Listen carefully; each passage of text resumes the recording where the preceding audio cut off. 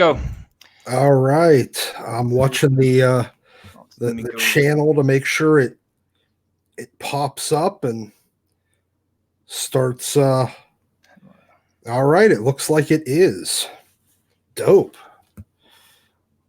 We're getting dangerous here. Next thing you know, we're gonna be big deals or something. All I right. know. So let's see. I'm gonna have to pull up my phone as well because I can't get to the see if anyone's actually in the stream yet or not. Well, I'm watching I'll keep an eye on the chat. Okay. Looks like it's only me watching so far. Well, we got that going for us. I know, right? So Yeah. Go ahead, man. Because Yeah, for me, I am a X-Men fan from way back that fell far away from X-Men. I probably I actually mid 90s, like fell off hard, just kind of out of comic books altogether. And then when I tried to come back, X-Men continuity was so confusing, I couldn't figure it out, and it was frustrating. Oh, I really don't blame you. You know what? I would fall off for 2 months, 3 months in that time. I was around senior, junior, senior in high school. So girls and, maybe having a sip of beer here and there, kind of started taking priorities over comics, but so I'd miss a couple of months, then I'd miss it, and then I come back. And it wasn't so bad when I was like kind of binging it. But honestly, I don't blame you. A lot of people dipped out around that time, and had I not been as big of a X-Men junkie as I am, I probably would have done so as well. Hey, Maverick, how you doing, man? Welcome to the stream. Hey, man, how's it going? All right, comments are coming in. There we go. Okay, now I'm figuring out. Hey, Maverick, you're going to have to bear with us some learning here because I'm learning out how everything works on StreamYard. So I just figured out where my comments are, so now I can see it. All right, good deal. Yeah, so I dipped out for a while, a little bit, but I'd always come right back. And and then like the Morrison era when I was in college kind of revitalized me a little bit. Although, kind of in hindsight, I look at it like, oh, you know what? There was a lot of really good stuff there, but a lot of the things he introduced have turned into problems for problems for the X-Men ever since. And it's with having that many mutants, everybody kind of knew they were a minority, and that they were kind of used as a little bit of like a in the place of just kind of pick your minority. And that was fine, but actually making them like millions and millions of people when there's 6 million of them or whatever it was, it got to be a bit much. Yeah, well, hell, there was 16 million just in Genosha that were slaughtered, and they didn't become an endangered species. So, it took Scarlet Witch doing her No More Mutants thing, to actually make them a quote unquote endangered species.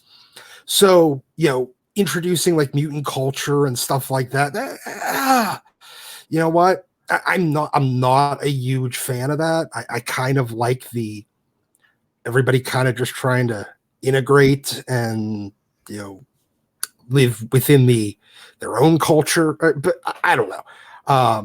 The idea of the melting pot, basically, they're there, but they're part of the greater society. Yes, exactly. Yeah, and it seems like Hickman, in this current thing is kind of taken a little bit of that idea with like the mutant culture and the mutant societies, and kind of running with it a little bit.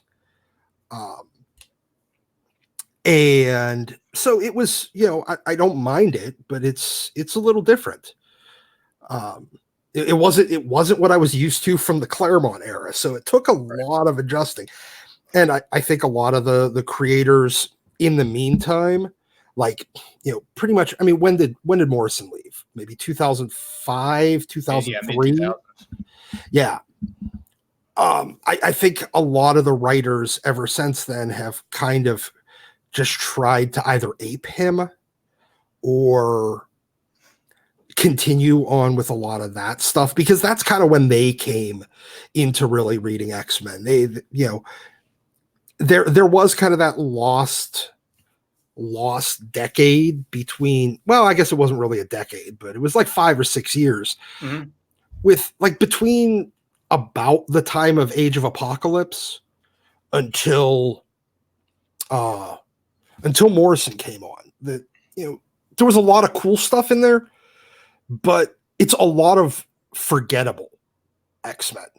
You go look through the dollar bins or the quarter bins today, and that's what you find is there's a reason it's the forgotten years, and it's because there's not a lot there. There really isn't. You can get a whole runs there for next to nothing.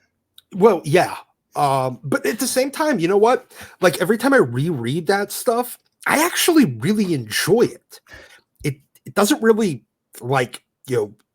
go from that short-term memory to long-term memory. Like I don't really retain it, but I enjoy it. It's kind of like a really dumb popcorn movie. Right. It's perfect for an MCU movie. Yes. Gotcha. And there was some cool stuff in there, and I mean, we've talked about it on like Comics Aficiandos on Wes's site or Wes's channel in whenever we were initially discussing House of X, Powers of X, and Wes, I am still calling it Powers of X. It will never be Powers of 10. I'm sorry. I agree. I'm with you there. I even said in my last video, look, I know it's supposed to be Powers of 10, but that doesn't sound near as cool. Yeah. But so some of the stuff that I thought that maybe he was taking some ideas. I still think that portable Cerebra thing that maybe fake Xavier is running around with is the AI, like the sentient Cerebro from the 90s from that forgotten era. But Eric Breen's in the house letting us know that it is indeed House of 10. It's House of 10. House of 10 and Powers of X. But so I've been listening to the history of Marvel.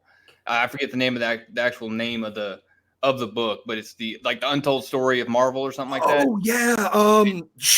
Is that Sean Howell's book? Yes. Yeah, I have it on my bookshelf. I've read it. It's great. I'm reading that right now, and I didn't realize how many books at one time and this is tied into Maverick's comment, how many books at one time that Chris Claremont was doing. I mean, he was doing a ton of them. What was he doing? He was doing Fantastic Four, X-Men, and Avengers. He was doing pretty much every single, and he had was writing for Wolverine for a portion of the time until I tried to take it away from him. Well, he only did the 4-issue miniseries, to the best of my knowledge. I thought everything else. You're right. Yeah, you're right. There were a couple other X titles that every time one popped up, he wanted to have his finger in it. Excalibur, he was writing. Mm-hmm. He was supposed. I think he was supposed to write X Factor, but I think he had the falling out with everybody. Well, yeah. I mean, he got into that big argument with Shooter and Louise Simonson about it. Yeah. But and then that tied into after he left, or after he was kind of, shown the door, not so politely, for as much time as he put into the book, the continuity did kind of take a dip after that. And that's when we went into what you were talking about just now.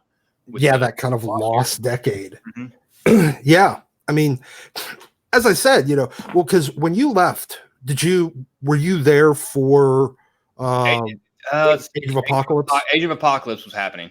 Okay. And so I was in my dad was in the Air Force, and we moved during that time, and I was out in the country when we moved, so I couldn't get to I couldn't find them near as easy. Yeah. And then it dipped back, because then after that you would have, because that would have been around I think around issue 320 maybe. Mm-hmm. What was interesting was, you know what though, I think was that when Fabian was writing or Scotty Lobdell? I think it was Lobdell. Okay. You know what? As many people hate Scott Lobdell, I really like him. I thought he really did try to kind of keep that Claremont storytelling style going, with, you know, having that like kind of every issue has kind of its A plot, and then there's always some B plot and C plot that get a little bit of traction in each issue. Just enough to keep you coming back the next time. Yeah, and to kind of set stuff up for the future. That it seems like a lot of current writers are just not very good at. And they don't write for the serials. They all write for the trades. There's none of that cliffhanger anymore. Well, yeah, and I think that's the reason why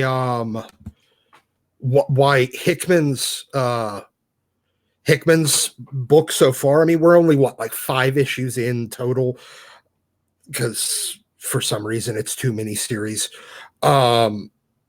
But he's already like kind of had A plots, B plots, C plots, and we've already started getting a couple of little payoffs for some of those.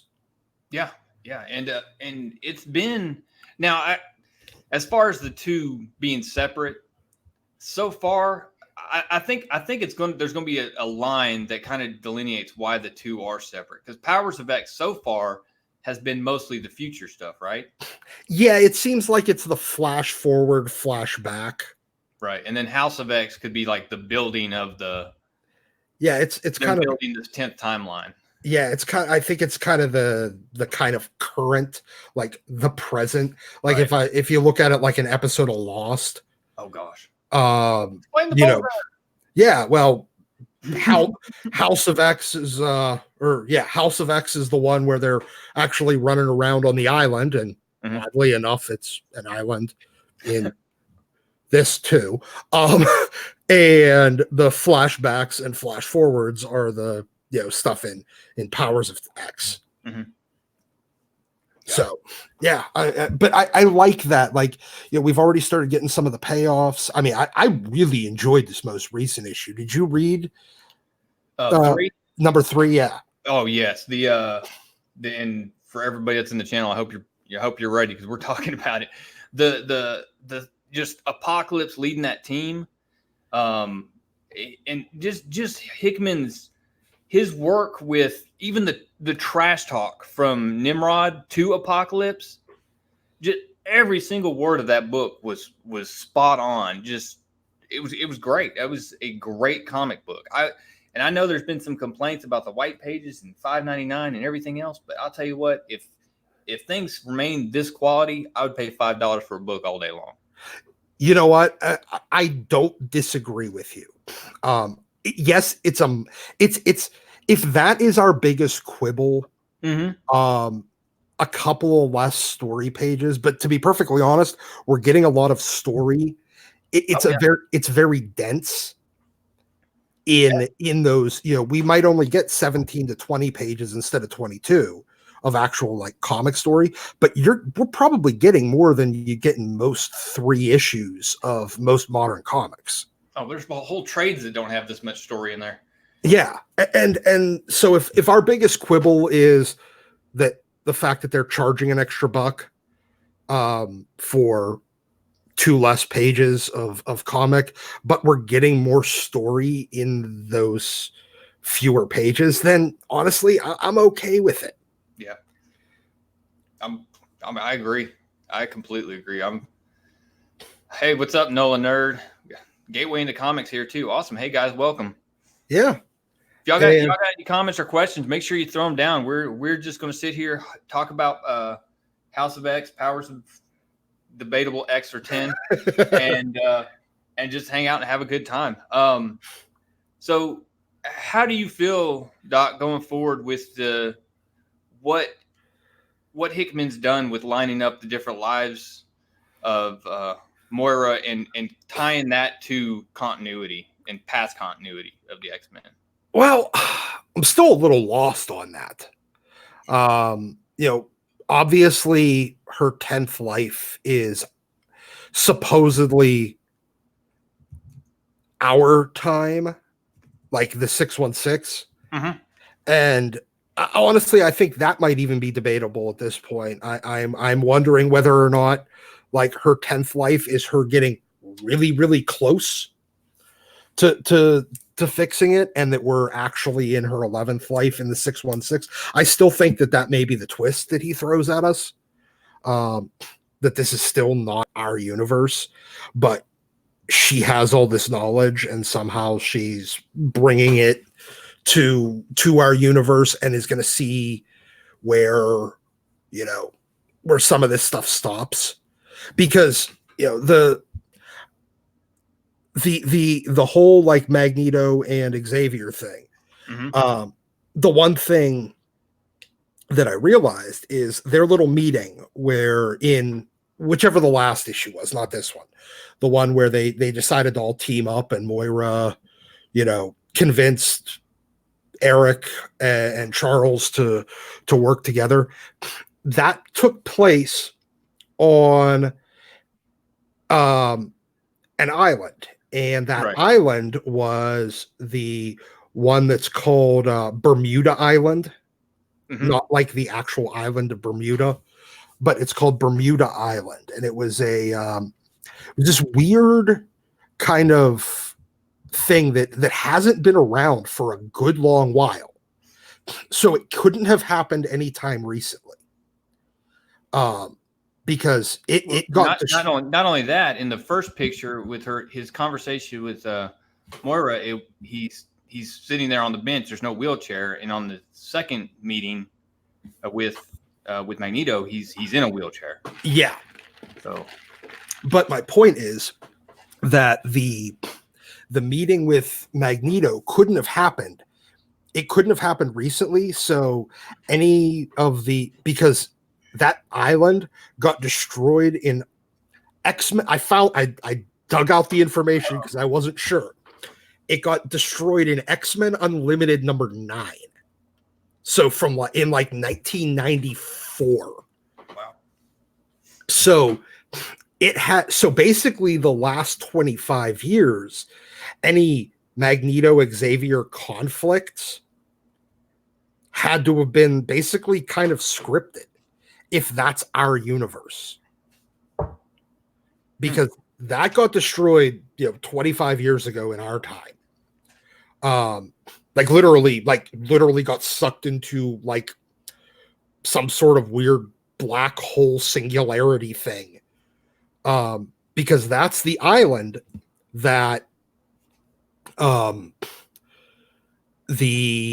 that's the island where Magic as a little girl and the X-Men all fell into some hole, and they ended up in Belasco's world, and the X-Men got out, but Magic got kept in there for about 15 extra minutes. And when she came out, she was a teenager, and she was also, the Dark Child. Right. So that same island was also used by the cult of Set, that weird giant multi-headed snake thing from Atlantis Attacks. Yes. Yeah. And but that whole island, because Magneto did run that island for a while because Magneto and after Jean died, Scott was kind of doing this all over the place thing, and him and some chick, some blonde lady that I don't remember her name, kind of crashed there, and it turns out that the only person whose powers actually still work on that island are Magneto's. So that's the reason why Magneto made it his base. Right. But it also had subterranean tunnels that could take it all the way to the Savage Land. So somehow from Bermuda to the Savage Land, you could walk underground. Makes sense. Because comics. Yeah, because of comics. But that's how Magneto ended up in the Savage Land from when he was, after the island got destroyed. And when he next pops up and he's in the Savage Land, that would have been around the time of, Uncanny, like whatever Savage Land Rogue was running around there in her ripped up t-shirt and next to nothing. Yeah, I love Savage Land Rogue. But yeah, so that island has been gone forever. So whenever they had that meeting, so that's one of the things that's kind of a clue to me that I don't know if this is happening in which continuity or which timeline it is. Yeah. Man, those are some deep cuts. Yeah, I know, right? And that's the thing. That's the one thing that Hickman really wants to do. He apparently did a lot of research on this. He was talking about. Well, I remember him tweeting out several times that this whole thing is a mess. Mm-hmm. And I mean, he's absolutely right. It was, but if he pulls this all back together, it's going to be really incredible to see the finished product. It is still kind of weird that they're not showing us anything with the Sixth Life. Yeah.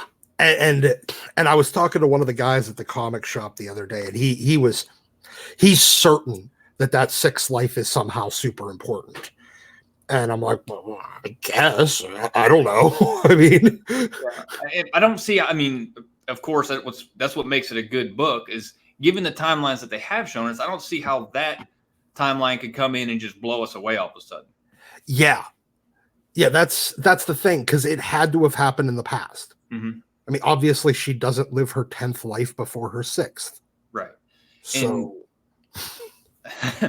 and on top of that, is it? Or I was going to say, maybe is it a future out? Is it something he's going to leave there, just those breadcrumbs behind? It may be something we never get an answer for. That it provides flexibility for a future storyline. Yeah, and I kind of almost hope that's the case, like where he's like, look, I don't want to tie this up too tight. Mm-hmm. Otherwise, it won't really, like people will be, if it's too neat, there's got to be a little bit of messy to continuity, because hell, there's a little bit of messy to real life. Yeah. And and how things work and time and everything. It can't be too clean. So I kind of hope he does. Hell, for all we know, he was just like, I don't really care what happened in her 6th life. It wasn't important. Yeah. She pretty much just hung out and was a burnout druggie and died at the age of 23. Yeah, I mean, that may have been the one where she decides to not involve herself at all. Yeah. And maybe then, it'll work out better. I don't know. Yeah. Let's see what's going on in the chat real quick. Yeah. Let's scroll up a little bit. Let's see. Of course, Omega Shenron came in. How you doing, brother? Good to see you. Welcome. Jim Comics. How are you, Brent, man? Pleasure. Sixth Life seems really important, he says. It's like we were saying, it could be something that's going to be that unlocks everything, or it could be something he's leaving just to dangle out there for a future storyline. Yeah. And yeah, I mean, at this point, I'm very much. I came into this. I mean, everybody knows I was incredibly skeptical. I mean, even with Hickman. I think everybody was. I think after and I think more people were mad at Marvel than they were necessarily at Hickman or anybody else. but because of the way they rolled out Uncanny again, it stunk it up at first, and then it started once Cyclops and Wolverine were back in it. The storyline really started picking up, and you started getting excited for Uncanny X-Men again. And then this announcement, it just pulled the rug out from under us. I think a lot. I know. I was back buying X-Men, and I stopped at that point. I was like, why am I going to invest myself into a storyline that isn't going to matter? And if it weren't for the guy at my LCS saying you need to pick up House of X, trust me on this one. If you don't do anything, pick up House of X. I was like, nah, I'm not going to do it. I'm still ticked off about Uncanny. He's like, no. He's like, no, you need to let it go. Trust me. And luckily, he was right. I owe him a Pepsi or something. Yeah, I know exactly what you mean. I was very skeptical, even whenever Hickman was talking about it and was talking about like Omega mutants and trying to understand the continuity of X-Men. Now, I don't know, maybe it's just my brain, maybe I'm just like crazy, but I've never really understood the issues that people had about understanding X-Men continuity. Mm-hmm. Maybe it's the way my brain works, where it all makes sense to me, but it literally has always made sense to me.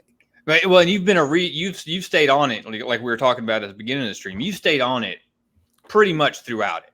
Yeah, that's a good point. So trying to jump in like late in the game, they introduce somebody and they're like, "See, Uncanny X-Men 174," and you're like, "What?"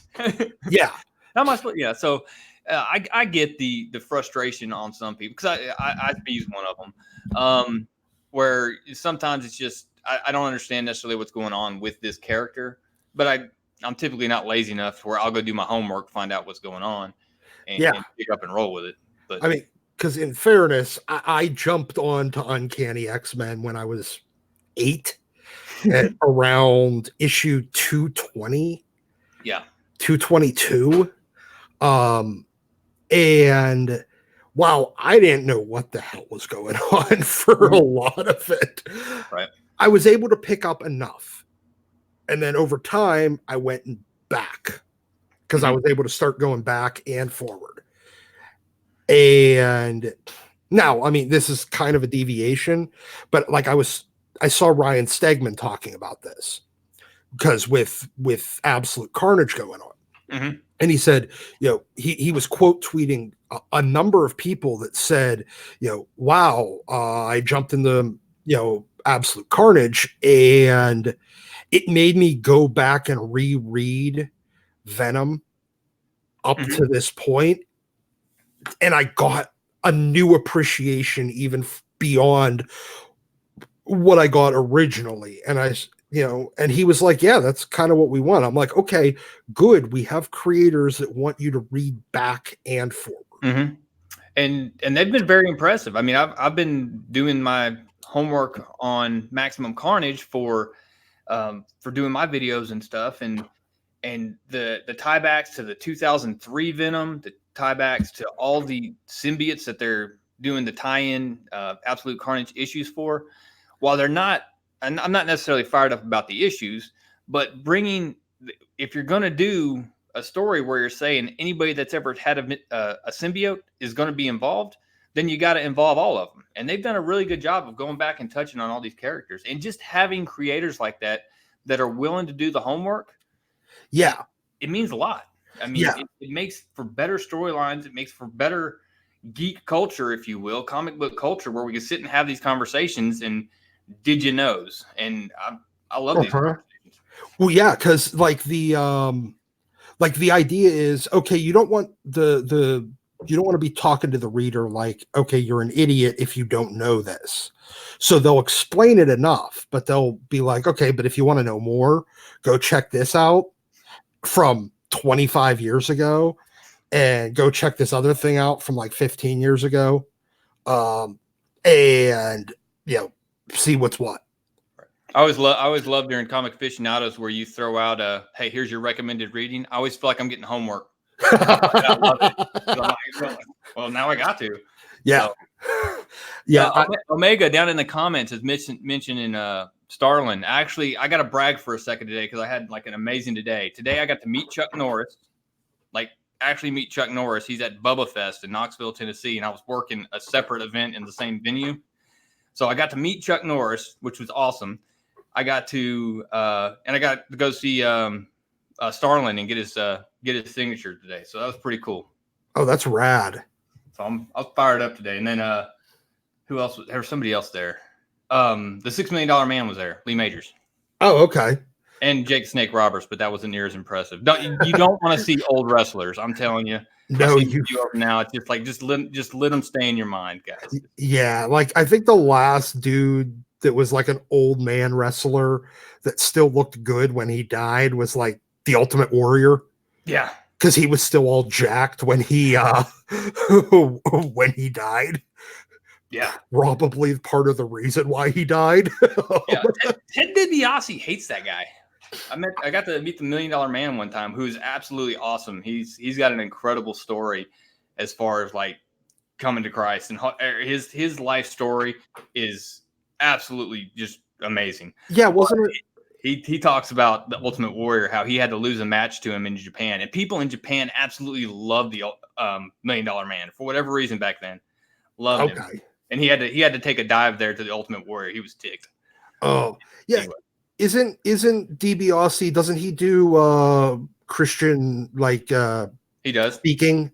He does. He does engagements all over the nation. That's actually where I met him at. Okay. He's a really cool guy. Yeah. I mean, he always seemed like it. How's he looking these days? He's not bad. He's not looking bad at all. He's early 60s, I believe. Okay. He's getting around fine. He's not like some of these dudes that got the banged up knees and are hunched over and everything. Yeah, he's moving around. He's out there shaking hands, or even the way that like Bobby Heenan looked whenever because that guy looked terrible. Yeah, being a manager's hard. Yeah, I don't know why. I mean, I guess it's all the cocaine. Probably. But yeah, I didn't mean to divert us completely off House of X, Power of X. Not a problem, brother. Nola Nerd said Hawk HOXPOX sounds like Hawks Pox. Sounds like something someone would pick up from a call girl. That's not good. That's bad. But you know what? Jim's Comics made a very great point. That the great thing about this new HOXPOX is that it just makes you talk about everything you just read for days. Yeah, absolutely. I think that's. We haven't had that many books like that. No, like there's not been any. There's not been anything like this where we've sat down and been really truly excited for the next issue because we got to know what happens. Yeah, like maybe the early issues of Venom with the current run. Yeah, that was really good. The art was great, and Donny Cates has been really good throughout. But even at the time though, it wasn't selling so hot that it was, people were discussing it to this degree. Yeah, and having the success, both sales and critical, this quickly out of the gate on House and Powers is really kind of important. I think. Mm-hmm. I was gonna say Immortal Hulk up at about 11, 12, 13 around there. Got really really good with the One Below All and all that. Mm-hmm. But I don't think it was even that. Everybody was just kind of that had some really deep cuts too.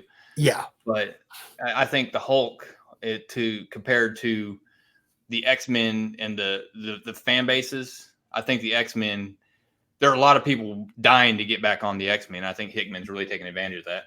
Exactly. I mean, he had an uphill climb between the disaster that's been pretty much, in my opinion, since AVX. Because I hate AVX. Mm-hmm. I really do. And in my opinion, honestly, the X-Men haven't been good. Like, there hasn't even been like good periods of X-Men since House of M, because that's when the trend started of, well, we're gonna have the X-Men basically create a utopia where there's really not any actual problems. There's no devious stuff happening behind the scenes. Mhm. There's no, oh God, here's this deep dark secret buried that we need to uncover, but uncovering it'll ruin everything. There wasn't any of that, except for the fact that they changed reality. I mean, and that's okay. We knew that they changed reality, Right. but you had the X-Men create a utopia, and then the Avengers had to fix it to bring back racism. Thanks, Avengers. Yeah, exactly. Thanks, Cap. Well, it wasn't even Cap, because Cap was an old man. Yeah. Thanks, Luke Cage, because he was running that team. And then when they did AVX, where it was a combination of Brian Bendis never understanding what the Oh gosh. doesn't understand what the Phoenix is, just kind of decided to make it bad, except for the fact that apparently nobody cared that the Phoenix was running around in Rachel's body for like 20 years in the 616. Nobody ever had to stop that. It wasn't until after she lost the Phoenix power and then it came back to go into Hope. Suddenly we need to fix it. Now we got to get rid of it. Yeah. Suddenly it's evil, and the minute it shows up, everything's going to die. Except for all of the time when they did it before Jean got mind screwied by Mastermind, and all of the time when she had it again during Morrison's run, and all the time that Rachel had it during all of Excalibur. Yeah. That's just Bendis ignoring all that is continuity so he can tell the story he wants to tell. Exactly. Everything else, characters, everything, just whatever. I got a story I'm going to tell. Get out of the way. Yeah, exactly. And even then, though, even ignoring that, it was again, this time, not only did the X-Men solve racism, they also solve pollution, overcrowding, illness, and racism. But again, the Avengers need to fix it. Hey, let's bring back pollution, racism, and overcrowding and sickness. Good job, Avengers. But somehow they're presented as the heroes.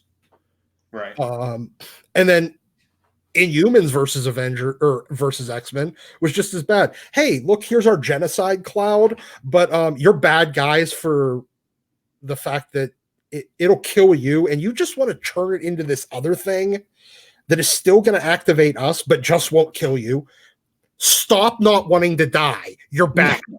I always thought that storyline was the most ridiculous thing you could possibly imagine. We have the cloud gives you your powers and it kills these people. Therefore, you must have the cloud. But what if we didn't have the cloud? Well, then we wouldn't get powers, but those people would live. Yeah, exactly. I'm sitting there going, are you high? And somehow the X-Men were the bad guys again. Or they tried to claim, like every time they've tried to claim that and then, Age of X-Man, where they tried to claim that the X-Men were the good guys, but were obviously villains. Yeah. So I don't know. I don't get it. So what are you most looking forward to with Powers of X and House of X going forward? I'm looking forward to the fact that I haven't the slightest clue where this is going. And that's not common for me. Right. I've been reading comics long enough. I've been reading X-Men long enough that most people can't surprise me. So far, they can't surprise me without it being without me wanting to just put my head through a piece of drywall. Right. But this time, every time there's been an opportunity, Hickman surprised me, and he surprised me in a way that I just sit back in my chair and go, wow, that was cool. Yeah. That made sense. I wasn't expecting that. That was an awesome, twist. Again, if you haven't read, Powers of X3, we are going to spoil it, but that the end of Powers of X3 with Apaka Moira and her getting that weird, I guess, data thing, he put a flash drive in her chest and she remembered stuff so that he could kill her, so that she could take that memory to the next life. Right. And that was, all that memory is everything as far as when Nimrod came online. Correct. So now we got to ask the question, back in House of X 1, where Sabretooth was captured, what were they stealing there? I don't know. So, I mean, I think, wait. They were stealing the location. Oh, wait, you mean I'm thinking Sabretooth, Mystique, and somebody else was with them. Destiny. That's yeah, Destiny was with them. Okay. Oh, no. Wait. No, it's who was it? Anyway, it doesn't matter. Toad. Toad, yeah, that's right. Whatever they stole, I noticed in one of the white pages, it has all the information regarding like the Soul Hammer, the Anvil, all those pieces of equipment, the Fantastic Four Reed Richards equipment. And I didn't wonder, because everything seems to be coming tied back to those white pages, if it had something to do with one of those items, since was it not AIM? Well, this whichever 9-letter organization was collecting them. Yeah, because all of these, and then all of those groups are kind of working together with their mother mold, and Omega Sentinel. Yep, the one around the sun or whatever it is. Yeah, with the master mold maker, mother mold. Yeah, mother mold. There was that part, and I'm talking about the mother mold. That's one thing I'm definitely looking forward to, is Cyclops just going full boss mode and saying, does it need to be done? It'll get done. Yeah. His assault on that station is going to be legendary whenever it happens. Well, see, my problem with that is it doesn't really need to be. Your Magneto theory? Yeah. Yeah. I mean, Magneto was able to pull a giant bullet from halfway across the galaxy by just meditation. A giant, a giant metal head, like 6 minutes light speed away. He can just it's a commercial break, and he can just use his powers to shove it into the sun. I mean, that's really yeah. So that's the only problem. I'm gonna throw a curve. It's all plastic. Oh, okay. Hey, if there's no metal there, all right, cool. No metal. I will. Yeah, that's the only thing I could think of. That's the only way I can get around it. Yeah, some sort of polycarbon something or other. Yeah, I could deal with that. I can live with that. Yeah, that's good. Just make then, what else? So we got the chip we don't know about yet.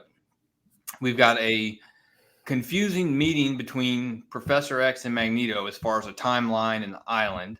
Yeah, we've got the sixth life that has us scratching our head. We have Apocalypse laying down the gauntlet against Nimrod and ensuring that Wolverine could make it out. Yep. We got Cyclops, who eventually is going to go on the suicide run of all suicide runs. And more than likely. and we still. I mean, I don't know where we go from here. I'm with you. I don't know what to expect when I pick up my comic book on Wednesday.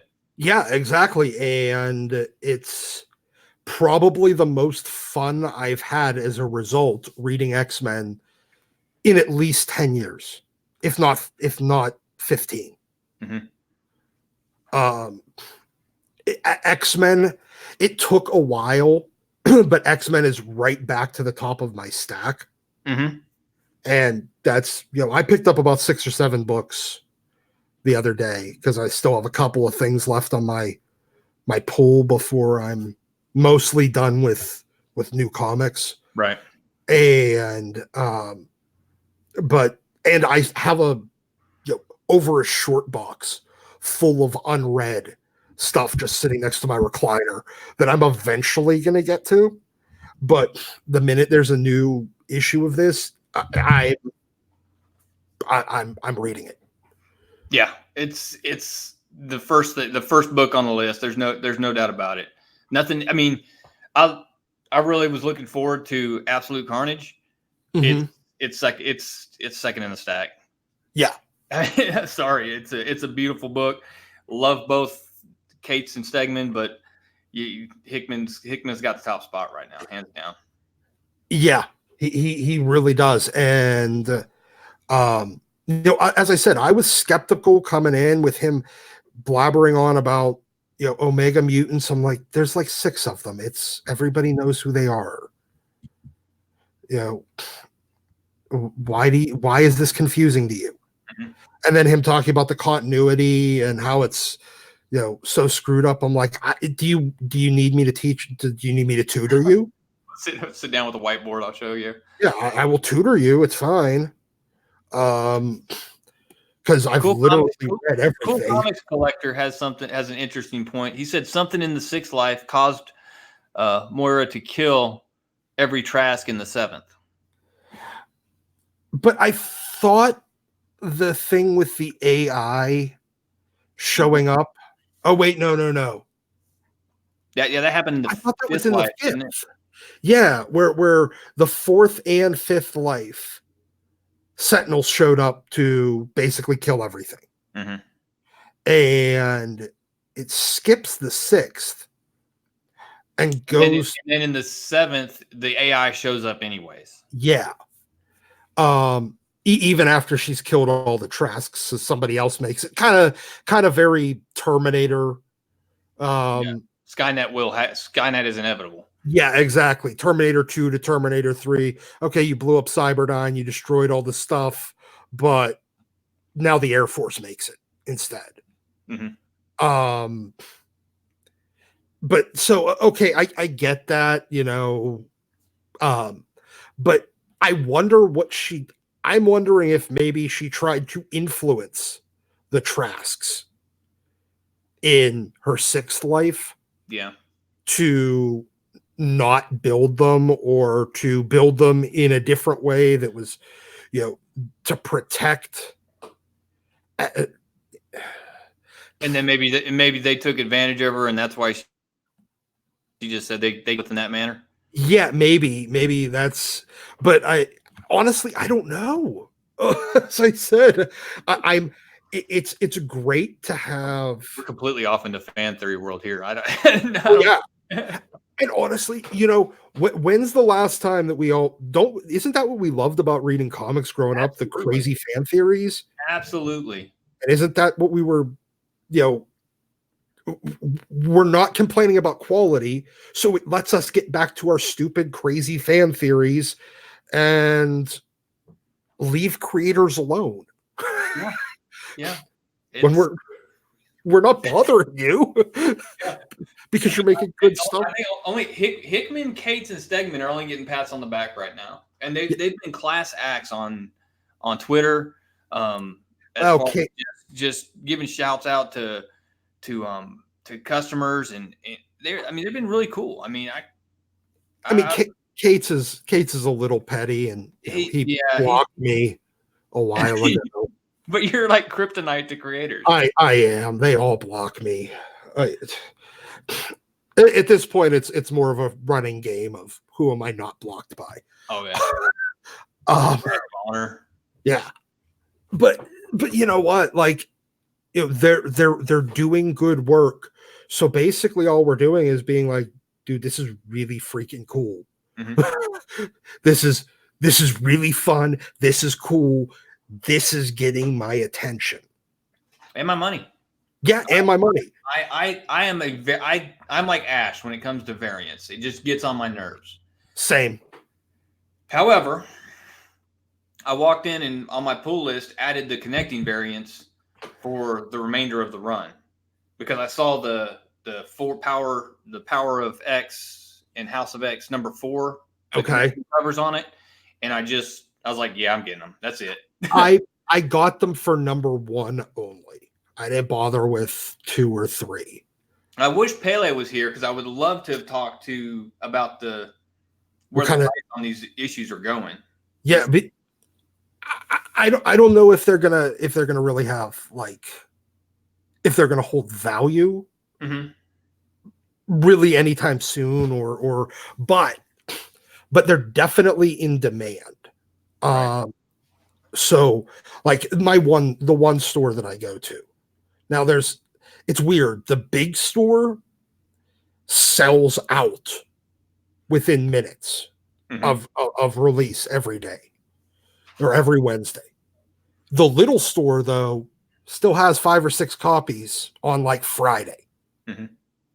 So I don't get it. But the big store, I tweeted earlier, they still got fat stacks of Ignited and Fearless and Lois Lane. Yeah. What are you guys ordering? Yeah, exactly. Like, why? Why are you still ordering this? You got people coming in and walking out empty-handed because they can't get the books they actually want because you're under ordering. And I get that they play a funny game, but it's no secret that X-Men is selling right now. Absolute Carnage is going to sell right now. Why are we ordering Lois Lane and Ignited silliness? Yeah, it's yeah. Why are you still even bothering? Just double your order of X-Men. Yeah, and you're probably right. You'll be okay. Trust us. I'm the same way. I'm usually able to find my books, and I do a lot better job after I missed out on a couple key issues of adding things to my pull list if I'm interested in them. After I missed out on Venom number 3 because I was traveling, and so after that mistake, I that book's like a $50 book already. It's the first appearance of Null.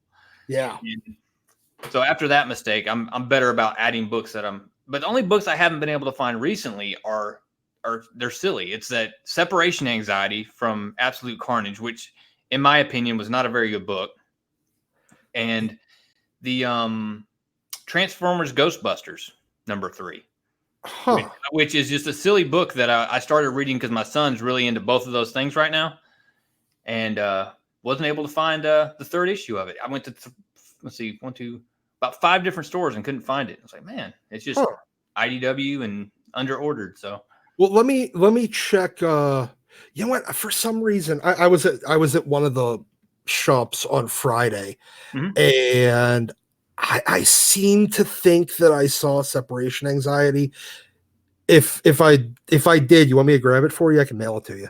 That's all right. I'll get one. Are you sure? I'm in Knoxville this weekend, so I got about 6 stores I can hit up tomorrow. Oh, okay. I'm gonna be all over the place. So all right. Well, if you're still coming up empty after that, let me know. I'll keep an eye out local. I appreciate it, man. Not a problem, dude. Yeah, like I actually did get now the one for House of X and Powers of X number 1. I didn't get out to my pull list store because I still have to get out there. I think I'm going to probably get out there next week, but I went to because that store, it's one that I have loyalty to, I've been with them for 25 years. Right. So I just keep my pool. He's fine with me only picking up once a month because it's like 45 minutes away.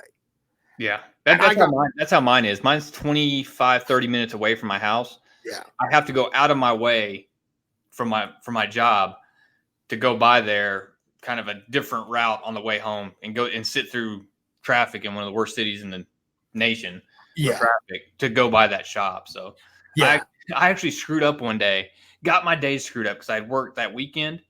I walked in on Tuesday and I'm like, hey, I'm here to pick up and I stopped and I'm like, it's Tuesday, isn't it? And he's like, yeah, man, it's Tuesday. And he looked around the store and he's like, come here. He gave me everything. He's like, just don't post anything until tomorrow. It's really yeah. cool. So I'm like, thank you. But yeah, but like I have 4 other stores within 10 minutes of my house that are, but I won't move my pull list there because I'm sticking with the guy that I've been with for 25 years. Yeah, absolutely. So even though I moved to the city, from out in suburbia, BFE, I want to, I can grab. So I went to one of the local stores and I've been picking up the individual issues. So I still have the other ones sitting in my pull list at my other shop. So I picked up, like, if they have some of the variants for cover price, I'll grab a variant at cover price. Right. But yeah, a lot of these stores, it's, I don't know whether or not they just got burned. Because in fairness, I was looking at the one store yesterday, and they have a sign-in or a sign-up sheet on the counter for anybody that wants it pulled. Yeah. In addition to their pull customers, because people are coming in 20 minutes after they open, and they're already sold out. So I guess it's so that they can justify bumping their order. But at the same time, I'm sitting there looking at it going, guys, come on. I mean, they did get burned. I was looking in their back issue bin. They got burned on Uncanny. Yeah. I've noticed that in a lot of places. 22, was it issues 21 through 23, I think? They're still out there thick. Yeah. Well, I'm still seeing stacks and stacks of number 1. Oh, nobody read that. Yeah. Like it was, I mean, it was an $8 book, and and they had 3 million freaking variants for it. Oh yeah. God. Yeah. So I think they got burned real bad with unsold inventory on Uncanny, number 1, and then the last couple issues before it ended, because once they made it clear that none of this matters, everybody stopped reading it. They're like, look, we don't care. It doesn't matter. We're not paying any attention to it. Oh, great. So is there any point in me even finishing up this run? No, not really. Yeah. That's where I was at. I haven't read one since they announced House of X and Powers of X. Which maybe I feel slightly petty about that now, but yeah, I'm good. Yeah, I mean, honestly, you know what? I kind of like the way it ended, but then they undid everything in like the last panel, and I'm like, oh, well, this is really dumb. You made a cool story to this point. Okay, and the fact that I think Rosenberg just started slaughtering people after he found out that he's going to be gone, the book's going to be canceled, and none of it's going to matter. I think he might have gotten a little petty because he just started slaughtering people. I couldn't tell if it was an attempt to, hey, we're going to clean up the left and right limits and all the outliers. That's what it seemed like at first. I mean, when the issue where he killed the fake Magneto. Okay. I'm like, okay, they're just working on these little known characters that are out there that, it's we're gonna fix future continuity issues. Yeah. And that's what. And then suddenly, I think that was it Wolfsbane they killed. Yeah, they killed Wolfsbane. And I'm like, whoa, hold up a minute. Uh-huh. And after that, I was like, it's just a bloodletting. And then they killed Madrox, then they killed Warlock, then they killed basically most of the New Mutants. Depowered Juggernaut. Yeah, depowered Juggernaut, ripped the gem entirely out of him. And I'm sitting there going, whoa. Yeah. But I think it was Rosenberg being petty. Yeah. And be like one of those kids that breaks all his toys because everybody, because somebody says it's time to go home. Mm-hmm. And you go back to the problem with editors at Marvel. And they killed Havoc. Yeah. Yeah. Why didn't somebody stop him and say, no, you're not. No, hold up, homie. You're not just going to go and just run a weed eater through the X-Men characters. We're not going to let you do that. Why do you think we would let you do that? Oh, well, I mean, come on. It's Jordan White. Yeah. The only thing that man does is play his ukulele, thirst over girls he hires into his office that then 2 years later, or anywhere from 6 months to a year later, get their choice of assignments for about 2 years, probably to avoid a sexual harassment lawsuit. I didn't say anything. And I guarantee, I mean, even somebody as, bland as Matthew Rosenberg, I don't think Jordan White has the balls to tell him no. Yeah. And we talked about the Marvel book I mentioned earlier, which I can't remember the name, The Untold Story of Marvel. Yeah. In that book, you see a swing, how the pendulum swings between editors and creators. Yep. Editors and creators. And it's right now we are very heavily on the creator side of the house, it seems. Yes and no. Yes, in some ways, but only for certain creators. Certain creators get to do whatever they want. Right. But other, like a guy like Bendis, a guy like Hickman, a guy like Grant Morrison, they can do whatever they want. But everyone else are these people that are either protected by one of those guys or like, a G. Willow Wilson, Kelly Sue, that are, just kind of protected from ever being told no, or they're creators that are brought in because the editor knows this person has no experience. They're not going to be able to do anything. They just have to do what we say. And they do. I mean, if you think for a second that a single idea that's been done in Ironheart isn't coming from the editor and is actually coming out of Eve Ewing's head, that's true. I can almost guarantee, okay, the editor probably plots most of the book and they just stick it and she just sticks in dialogue.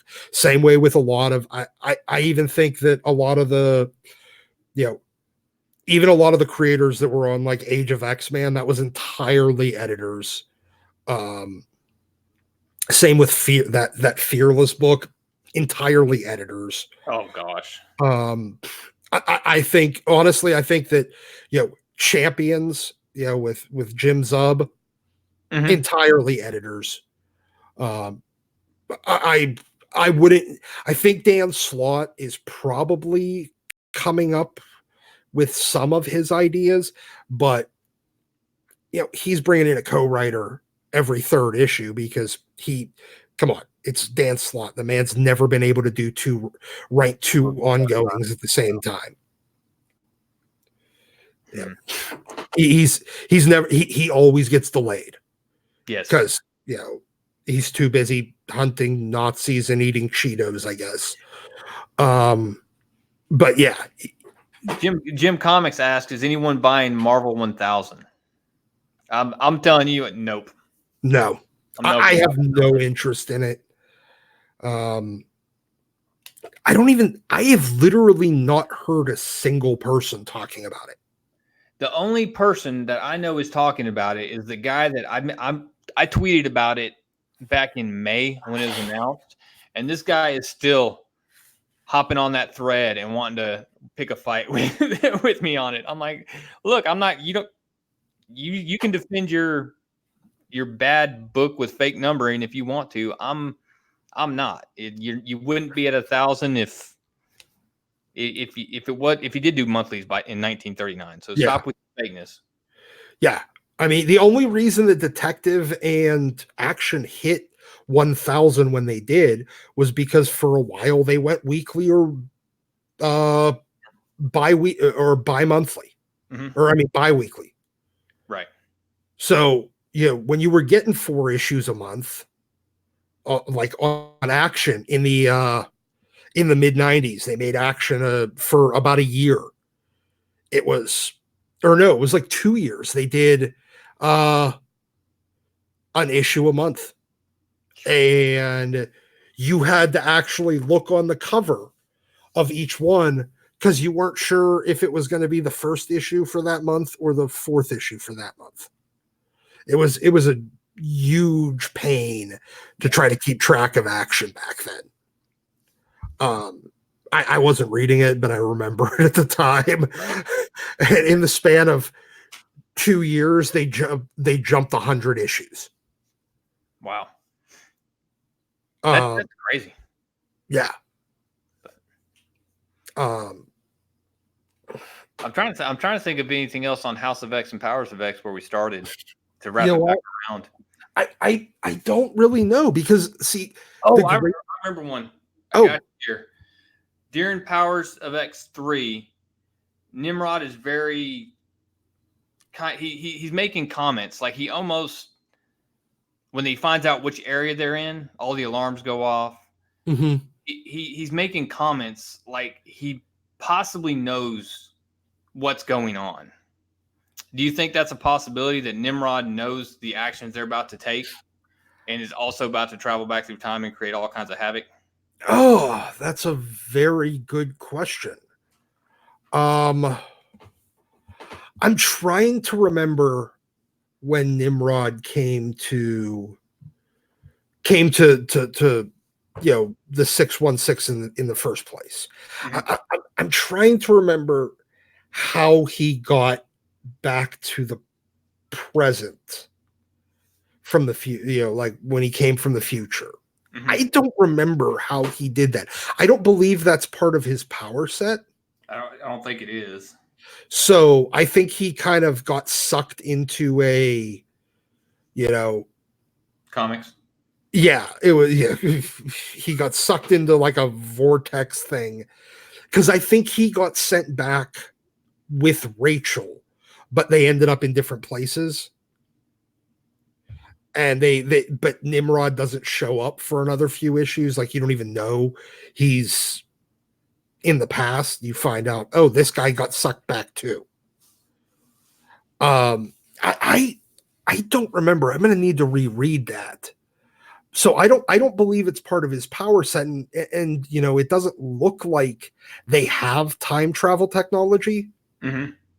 So I don't think he could really know that. It seemed like he was confused as to why they were there. Like, why are you coming here? I couldn't just the way the way he was written, I couldn't tell if it was him playing like just dumb. Like he's like, I know what you're doing. Watch this. Oh, you're here in this place. There's nothing here but this. What possibly could you be doing? And then he also made the comment when he was he's holding the data after they had the little incursion, mm-hmm. and he makes a comment there. The look out for your or suit yourself, and he says, "I always do." It's something about it. Just it makes me think it's not going to be as easy as we think it's going to be. Huh. That is a good question. I'm really not certain. I didn't read it that way, but now that you're mentioning it, I can see it that way. If he was just being more sarcastic, because he seemed to be very sarcastic in a lot of his interactions with Omega Sentinel. Mm-hmm. So yeah, I could see that. I feel like he's going for the I'm inevitable thing. Like, Yeah. you can waste your time doing this, but it doesn't matter. I don't know. Jim's Comics says that Nimrod is called a time traveling mutant hunting sentinel in Cable 155. Well, he is, just because he came from the future, but I don't think he's capable by himself of, you know, Of developing time travel. yeah, I don't think his I think he needs to be time traveled, externally. Mm-hmm. Like stand on a time platform or something. I don't think he can go into his brain and be like, okay, start the time travel software. Yeah. Slide by 10. Yeah. Gotcha. Yeah. Well, okay. I don't know, but I also don't remember. It's because Nimrod's been kind of gone for A long time. yeah. He has. I mean, he's Bastion, because is Nimrod and the Master Mold merged together by the Siege Perilous. Mm-hmm. Because that's when Rogue went through. When she went through the siege, because she's the one that shoved Nimrod and Master Mold through, and she got sucked in at the same time. Right. So, and I believe so Bastion. So I'm wondering whether or not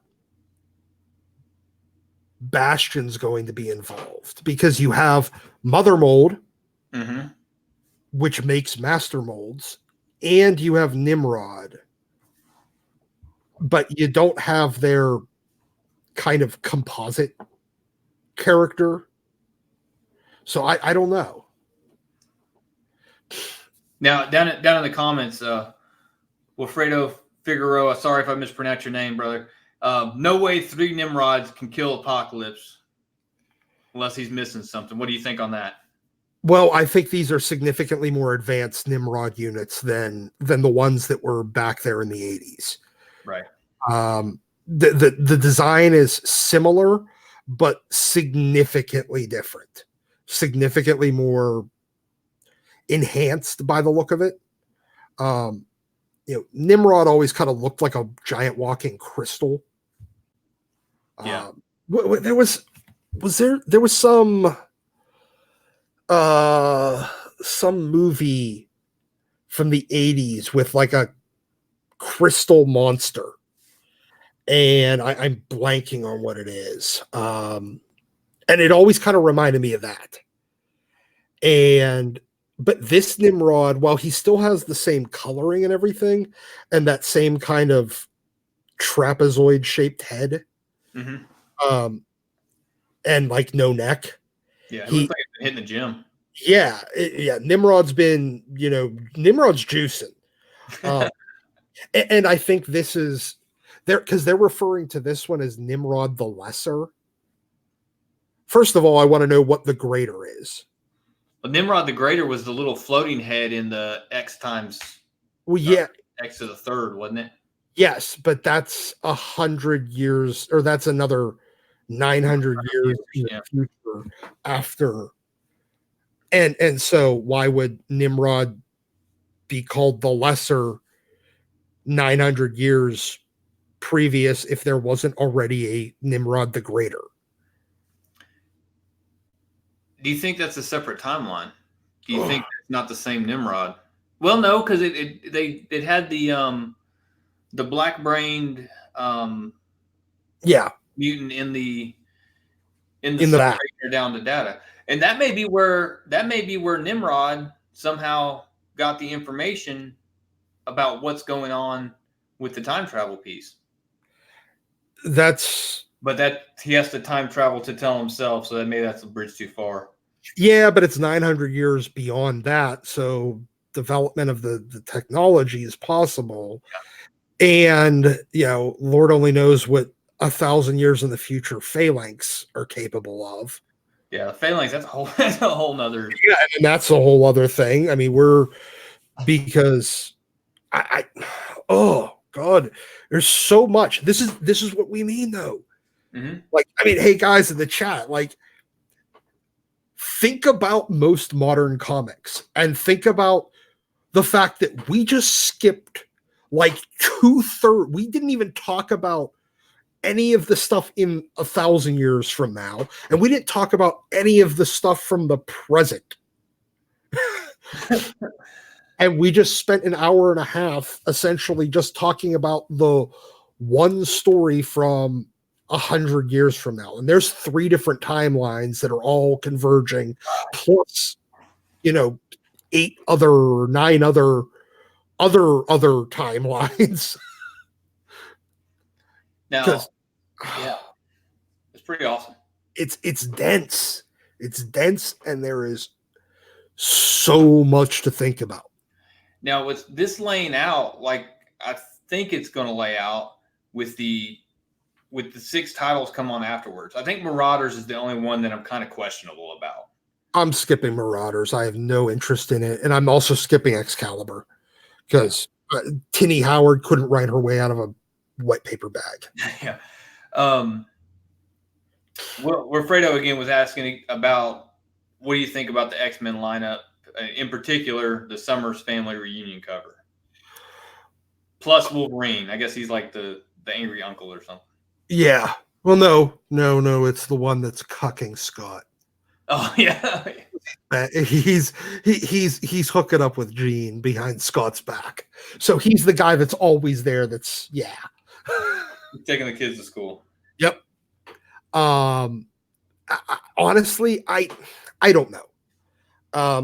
This whole House of X, Powers of X has given me a lot of faith in Hickman, but his description of the adjectiveless X-Men title screams that all he's doing is recycling his Avengers machine idea from his Avengers run. And I don't care to see the exact same concept, but with X-Men this time. But New Mutants, I'm actually on board for between Ed Brisson and Hickman. Yes. And I wasn't going to do X-Force, but I think I might now. And I was already doing Fallen Angels just because it's Brian Hill. I'm probably going to do all 6, at least the number 1s, and dip my toe in the water and probably review them and just make a judgment call from there. I'll give everybody the benefit of the doubt, which is usually a waste of $5, but I'll check them out, see what it looks like before I write everybody off. Yeah, because I mean, like, okay, Marauders. We're pirates traveling the globe, saving mutants. Yeah, it's a hard pill to swallow. It really is, and I keep thinking that it's Colin Bunn doing it because it's not Colin Bunn. It's Jerry Dugan, the other guy that. Oh my gosh! I swear to God, they're the same people. That dude on I love my avatar, the Infinity Gauntlet with the claws coming out of it. Absolutely beautiful image. I love it. That was the highlight of the Wolverine Infinity Watch. That cover was the highlight. Dugan wrote it. The rest of it was trash. Complete waste of time. I literally didn't even glance at that title. I saw that it existed. I'm a huge Wolverine fanboy, and I had exactly zero interest in it. My thoughts on Dugan is he can start a story really, really well. He cannot follow through to a finish, though. He doesn't. I don't know. He's a weak finisher, in my opinion. Okay, I got to point this out because I just discovered this. How in the blue hell is Jerry Dugan 69 years old? What? And he is 69 years old. Like And like in human years? yes, he was born in 1950. Wow, I did not know that. And he only really kind of rose to prominence in the last, 8 years? Basically, when he took over that Deadpool book. Mm-hmm. So 2012. I always assumed he was like a mid-30s dude. Same here, and I just discovered that he is almost 70 years old. Good grief. I mean, hey, like I just looked at a picture of him. He doesn't look bad for almost with Social Security, he's making more money than like 95% of Marvel's bullpen right now. He kind of is. Cullen Bunn is 48 years old.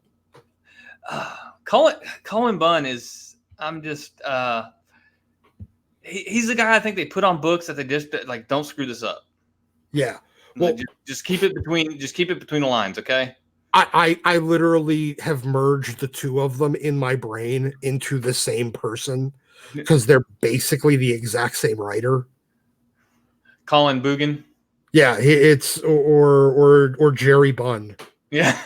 I either one doesn't matter. Yeah, interchangeable. Yeah. But so whichever one of those exact same person is writing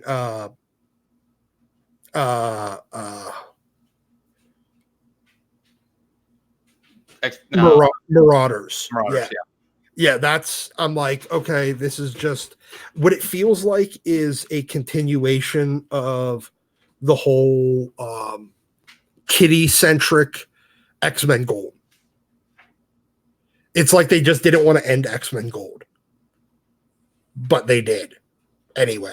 You know what? With that, just reboot the animated series and roll out a comic book with it. I'd be good if they did that. Yeah.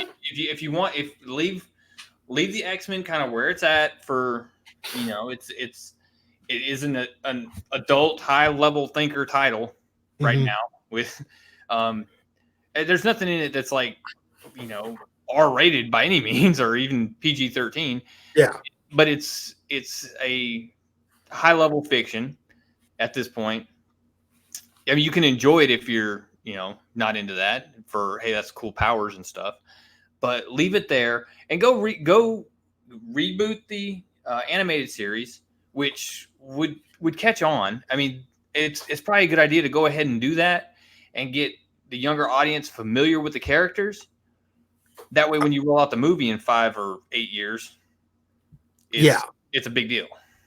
Now, the only issue that I have is the one thing, in my opinion, X-Men works best when all of its characters are very disconnected from, like, each title is not connected.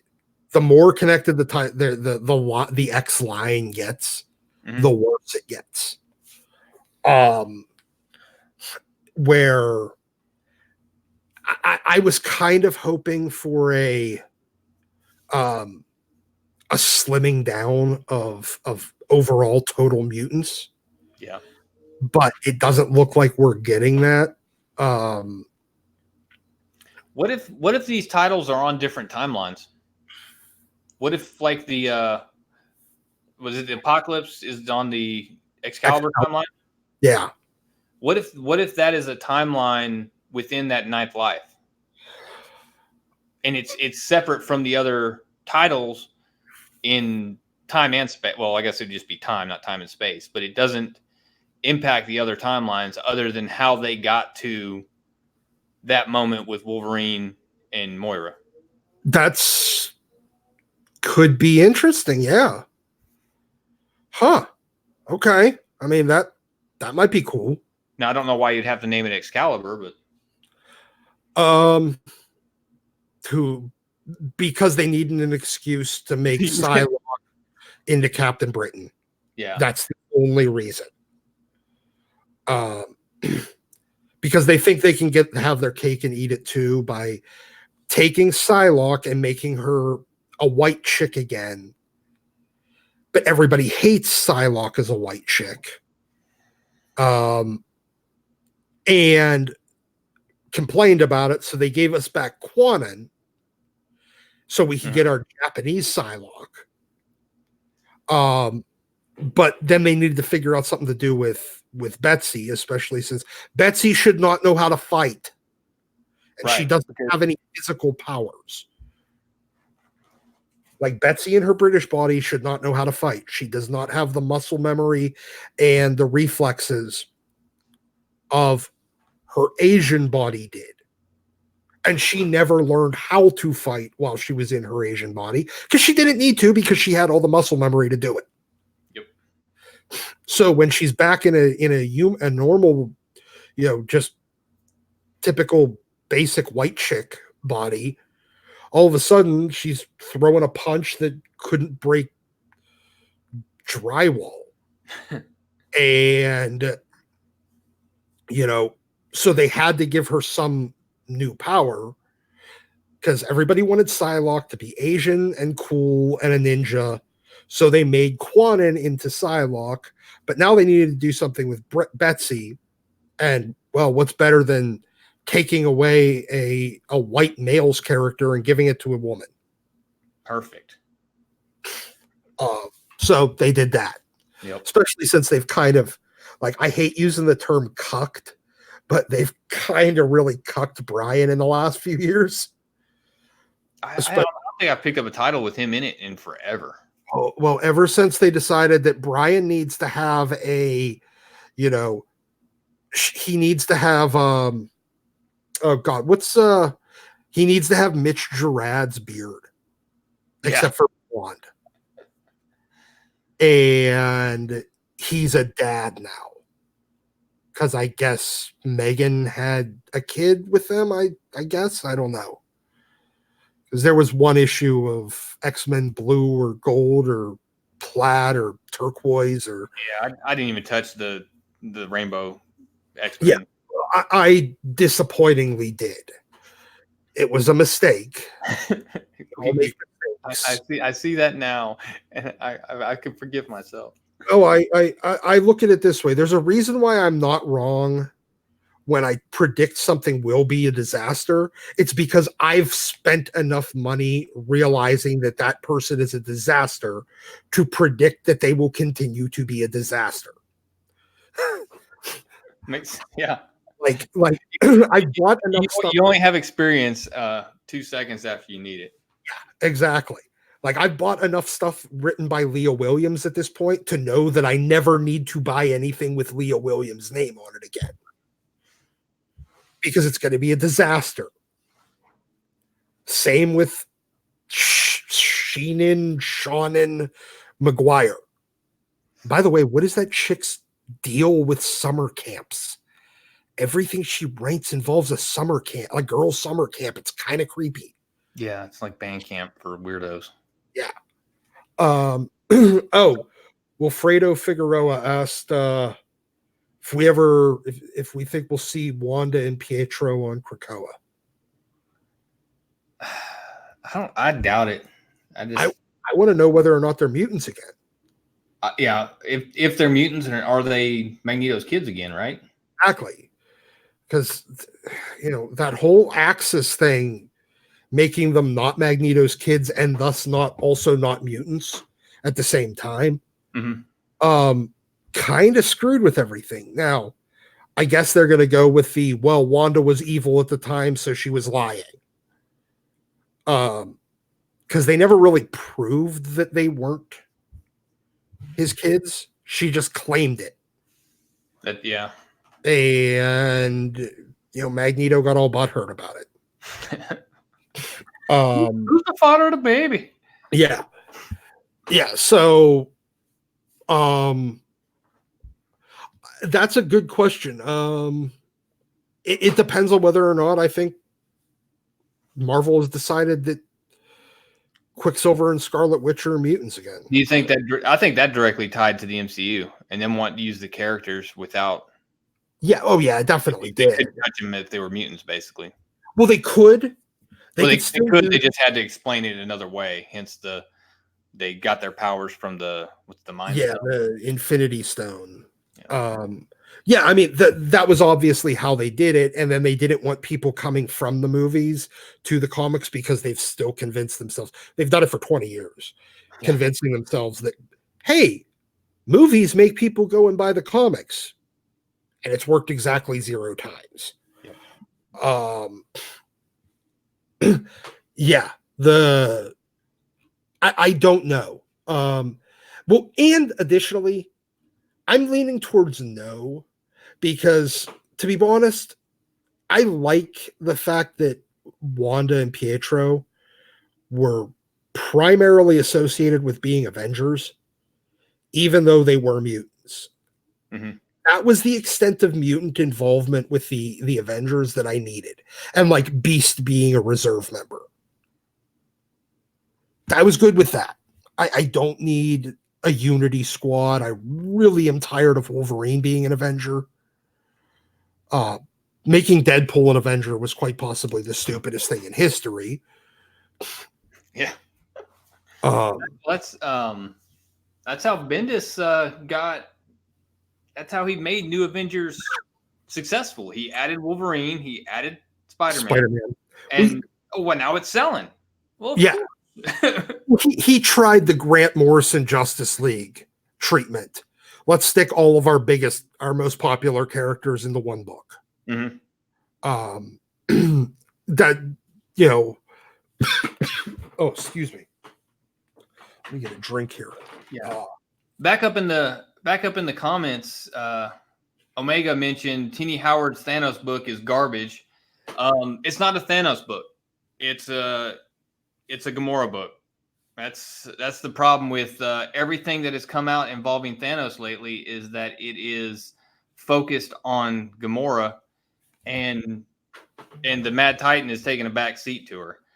That's just the way I've interpreted, and that's what happened with Infinity Countdown and Infinity Wars. It was played up that, Thanos' big return to the stage, and then in, I think, Infinity Wars Prime, she decapitated him, so he was kind of out for. And then even in Donny Cates' run, we were getting excited because we thought we were going to get Thanos back, which, he's back in one piece, but he didn't download right, if you know what I mean. So we got a mentally deficient Thanos, just got sucked into a black hole. So there's no telling where he's going to turn up. But yeah, that Thanos run by Tini Howard is just, it's not good. Not good. I've yet to read a single thing by Tini Howard that could even qualify as acceptable. So her getting a book in this is just like, oh God, really? People continue to fail upwards. Yeah. And the fact that Leah Williams and Vita Ayala are going to have books in phase 2 of Dawn of X is just like, really? Do you just need to shoot? Like, do you just have the compulsion to shoot yourself in the foot? Like, hey, look right here. We're doing all this great stuff. Let me just hold my hand in this door and then slam it a bunch of times. Yeah. And Maverick points out the same Tini Howard who's writing Excalibur. And in this book, I really want to like. And any book where Apocalypse is a good guy automatically makes it stupid, in my opinion. Unless it's that timeline. Well, maybe, yeah. But it's not that he's a good guy. This is the survival of the fittest. This is how we survive. Yes. This is how we, as mutants, rise up against the machines and prove that we're the dominant species. Oh, exactly. So if that were the attitude in Excalibur, and it was how that whole thing coalesced, I would be all for it. Now, if it's something else and he's seriously a good guy and had a change of heart and suddenly he's starting an orphanage or something, I'm done. Wilfredo Figueroa asked,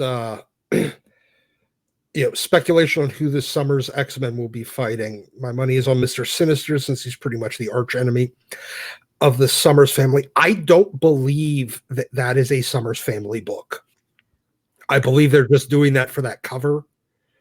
And it's kind of an X-Men Machine a la Avengers Machine book with a rotating cast.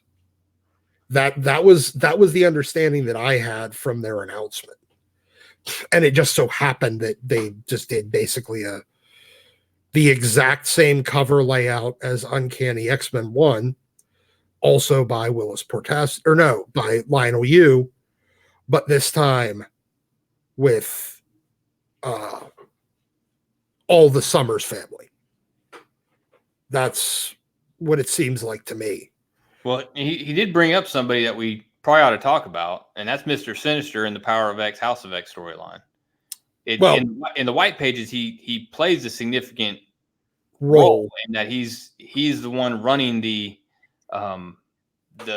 breeding facilities or whatever on Mars. Well, he's basically the Sinister from, or rather, not the Sinister, but the. As long as they don't draw him like the one they've drawn most recently, where he's the effeminate.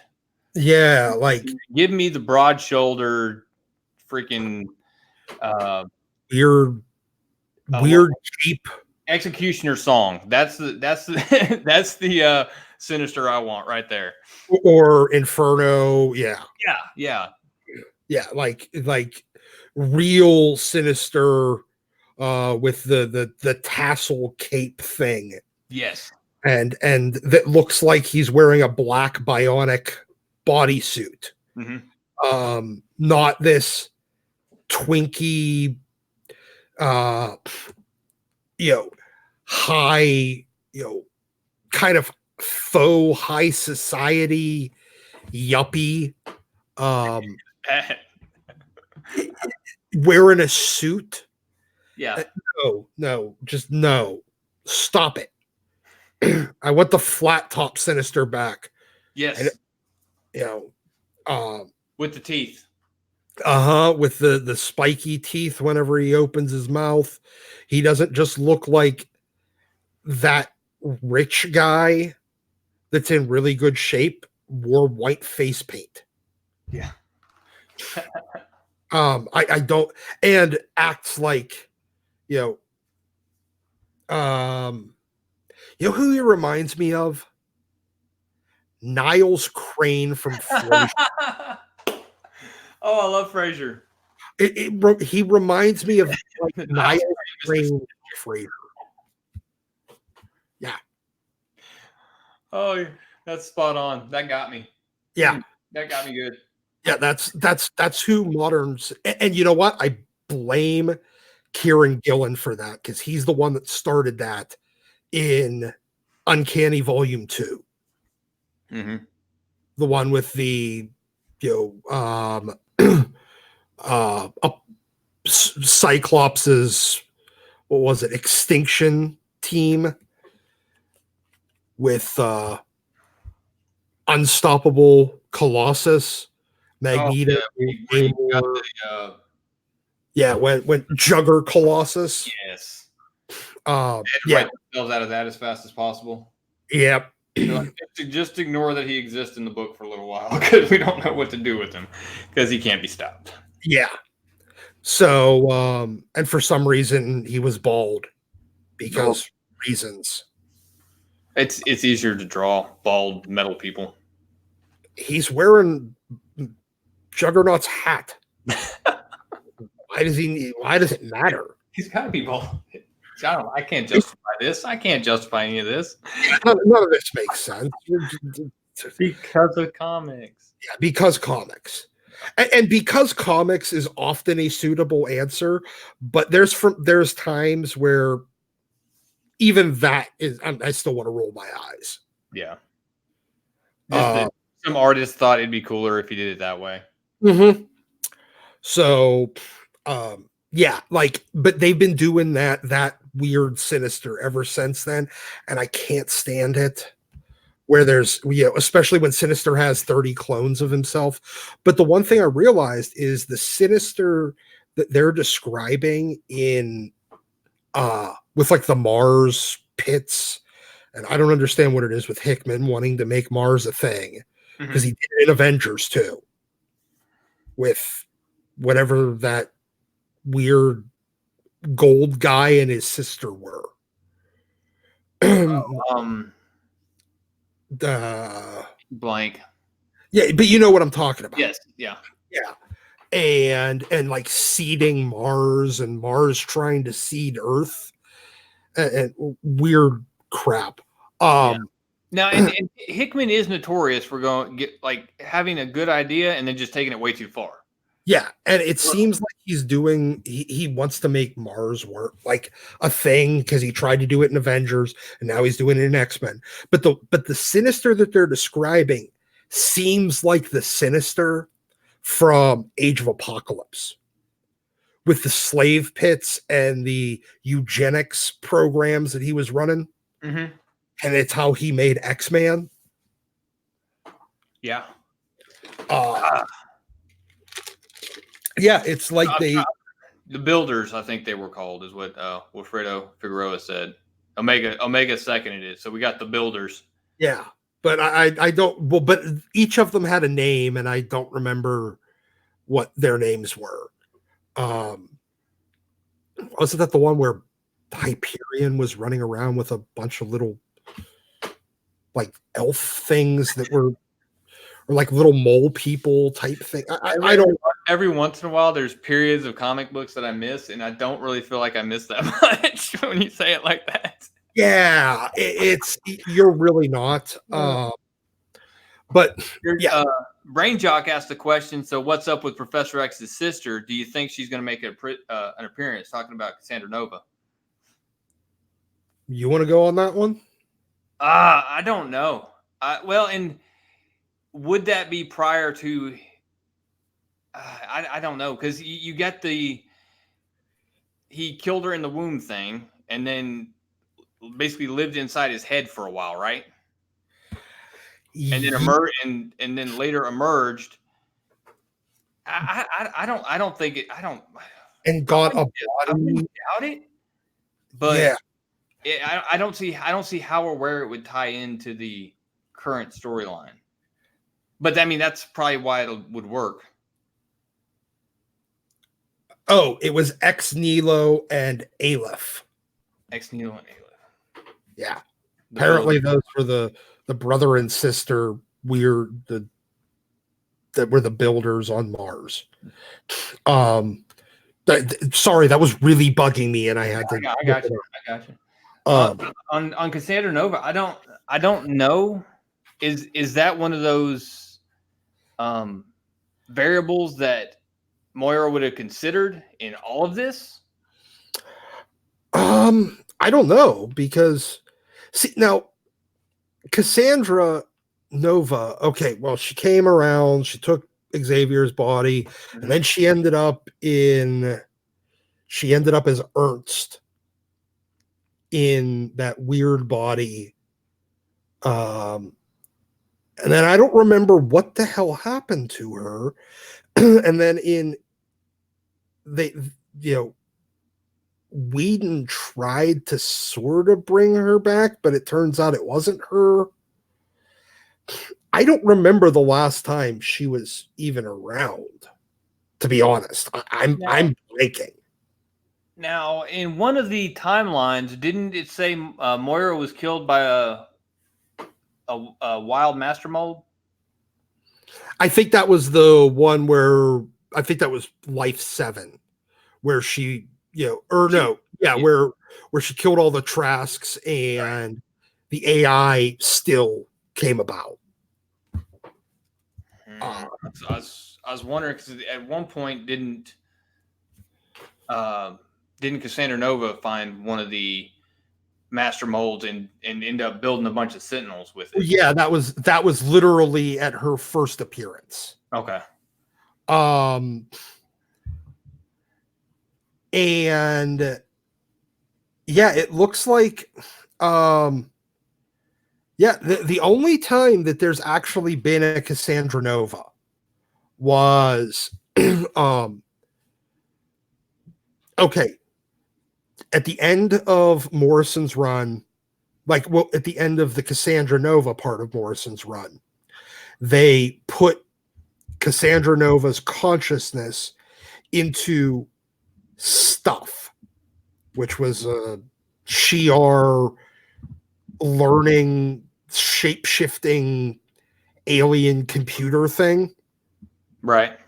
And it's 99% certain that she became Ernst. And Ernst was best friends with Martha Johansson, which was the brain.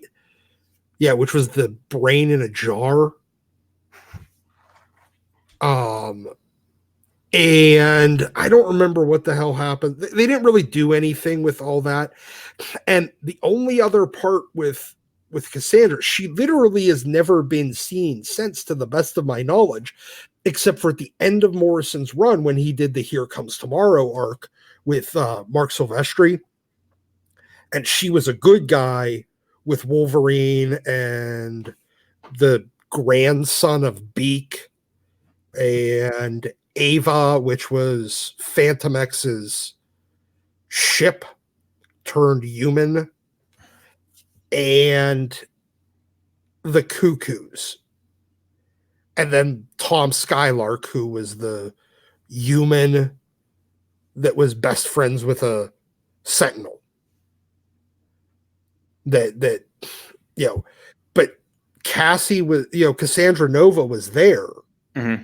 But that whole future got rewritten at the end when Jean changed Scott's future and told Scott to hook up with Emma and run the school.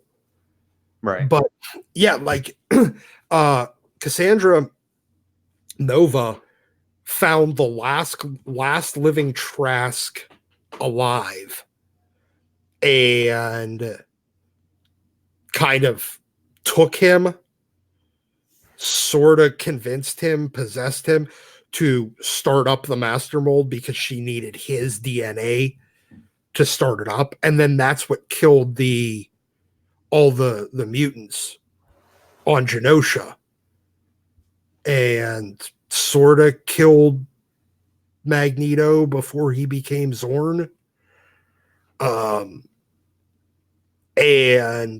But that was in the first issue of Morrison's run. So, but I don't think she's really appeared since then. I'm really drawing a blank. Yeah, I don't know that. I don't know the value added if she did come into it. Yeah, I don't either. I think they. Is it so? Is it so? Not, I won't say obscure, but is it? Is it a piece that can be fit in? Does it fit well in it? And I don't know that right now it would. I mean, it could explain why Xavier doesn't take the the helmet off because it's actually Cassandra. Possibly, she kind of did have like that boy body, so yeah, he was doing the effeminate walk in the first issue. Yeah. Is that kind of a hint to it, or are they? I don't know. I mean, that's a good question. That's theoretically possible, but I don't know if Hickman wants to really go into having. I mean, it's bad enough that we already have. We already have too many Wolverines. We have too many Hulks. We have too many everythings. We have too many rock people in the X-Men. Mm-hmm. There's just too many mutants to begin with. The last thing we need is two Xaviers running around, and I still think we do have two Xaviers running around, but I think it might be something more obscure, like the dark Xavier from what was it? New Excalibur or something like that. The one with Dazzler. Right. Do you think the lowercase text is any kind of hint? I do. I still think that that's an indicator that it's an. I think I think he's using lowercase text as just for any not 616. And so that means that everything going on up to this point is still not our universe. I don't think it necessarily is specifically Ultimate Universe. I think he's using it as anything not our universe.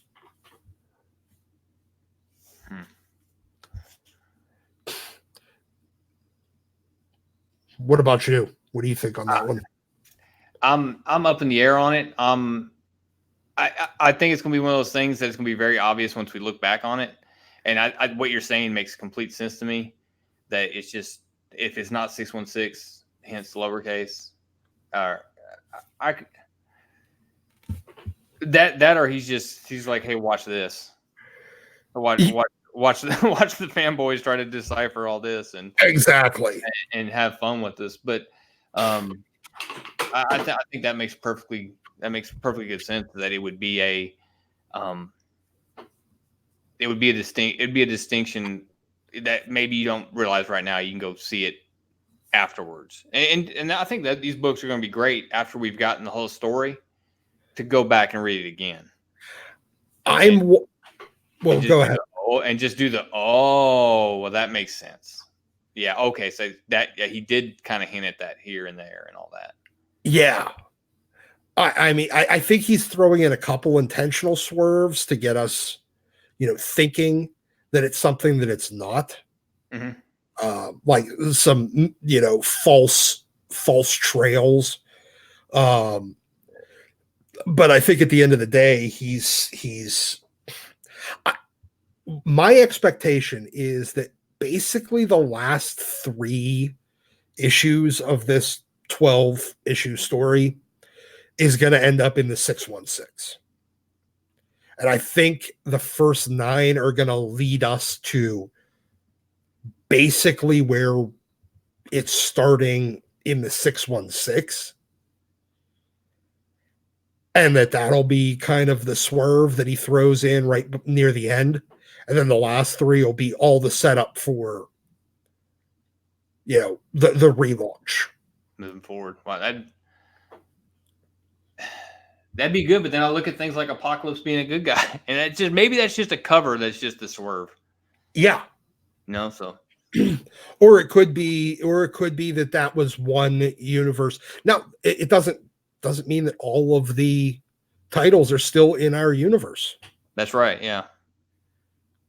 That's true. Because that may be an alternate universe title. That'd be cool. I'm hoping for that one. I'm hoping it's the lead up to what we just witnessed with him going and squaring up on those 3 Nimrods and telling Wolverine to go on. I hope we get the build up to that story, to that universe. I think that'd be really cool. Hey, check the our chat. Yeah.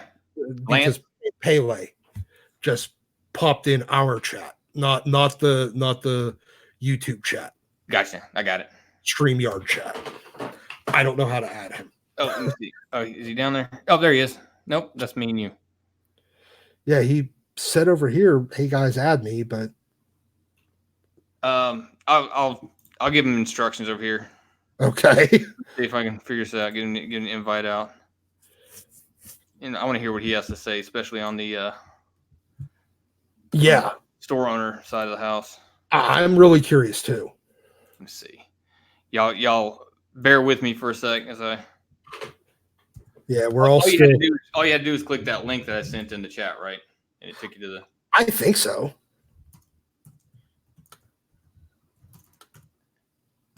And Lance may be on. He said about an hour ago he'd be back in maybe an hour and a half. So I don't know how much longer we're going to keep rolling, but it says you need to add me. I don't know how. Yeah. You like when you came on, a little box popped up down here, and I just had to click you, Yeah. and it oh, here we go. There he is.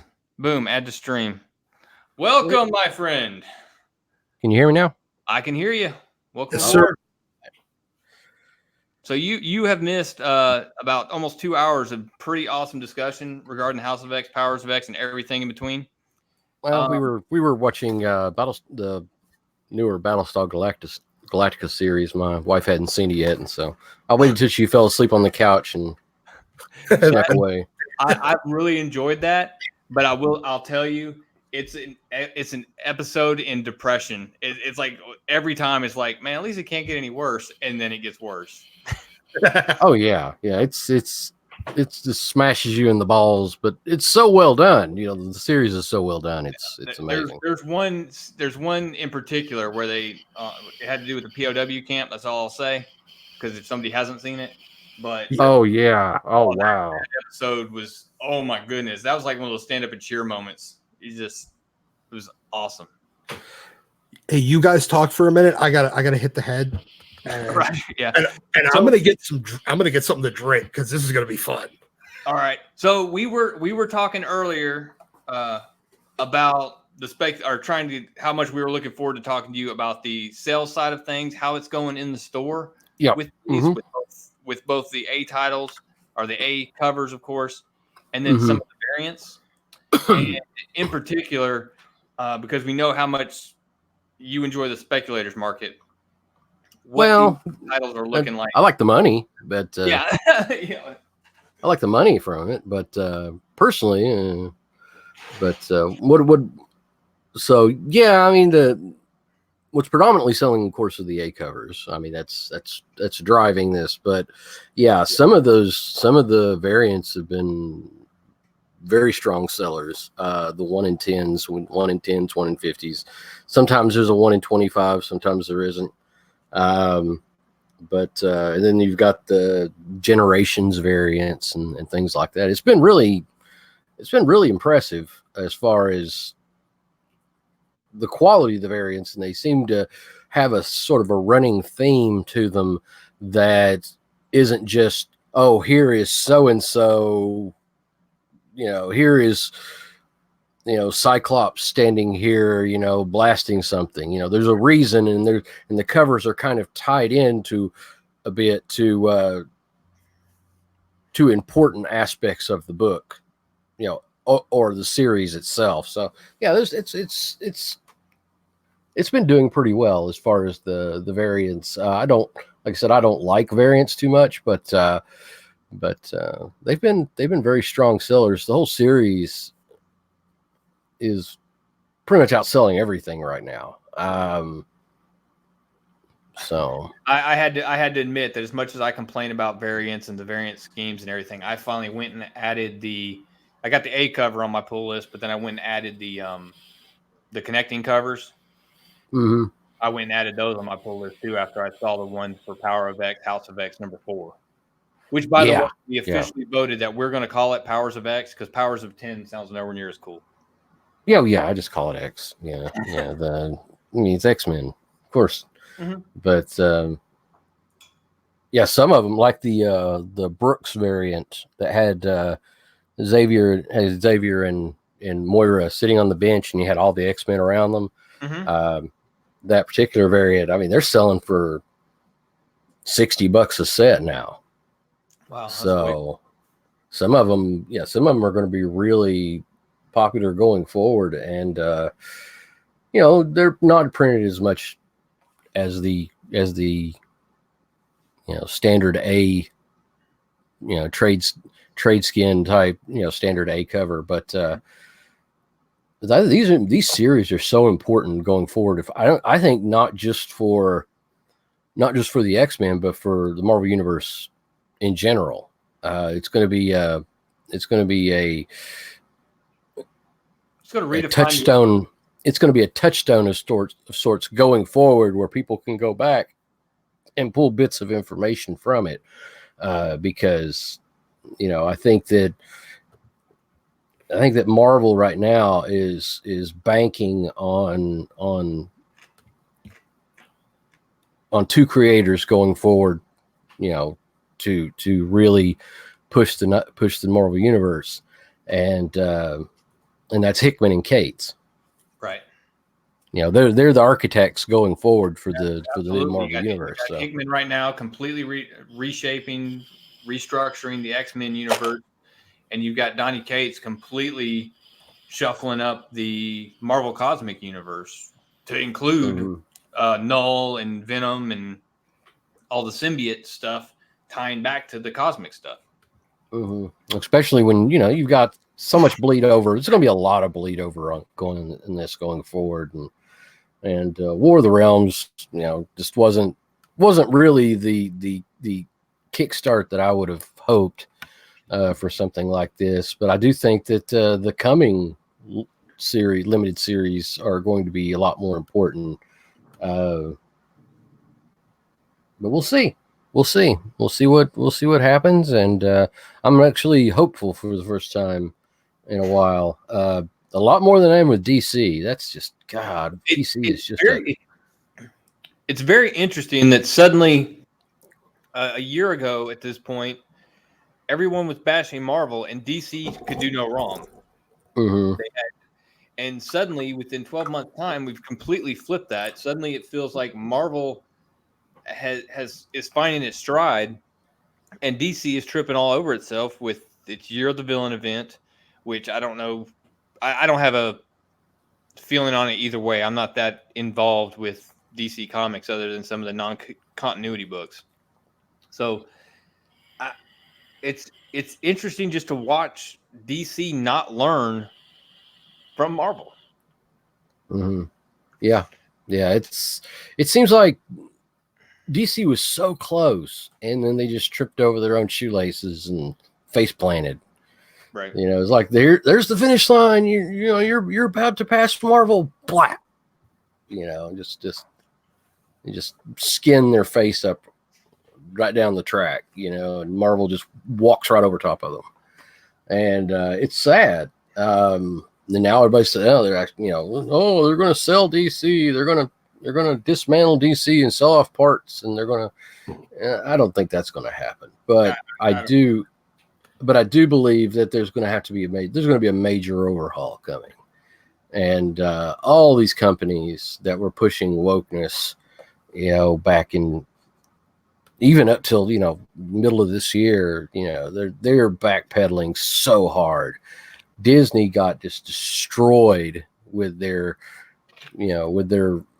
Star Wars Village. Then you had, you know, of course, the destruction. Galaxy's Edge.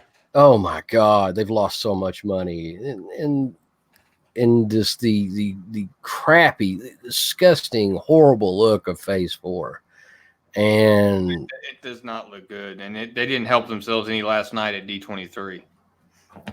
So, you know, all these companies are starting to backpedal now. Gillette, you know, lost $8 billion with their woke campaign. And, you know, it takes a while. It takes a while for corporate America to kind of change direction. It's like, you know, when something bad happens or they get a bad idea and they just sort of go with it.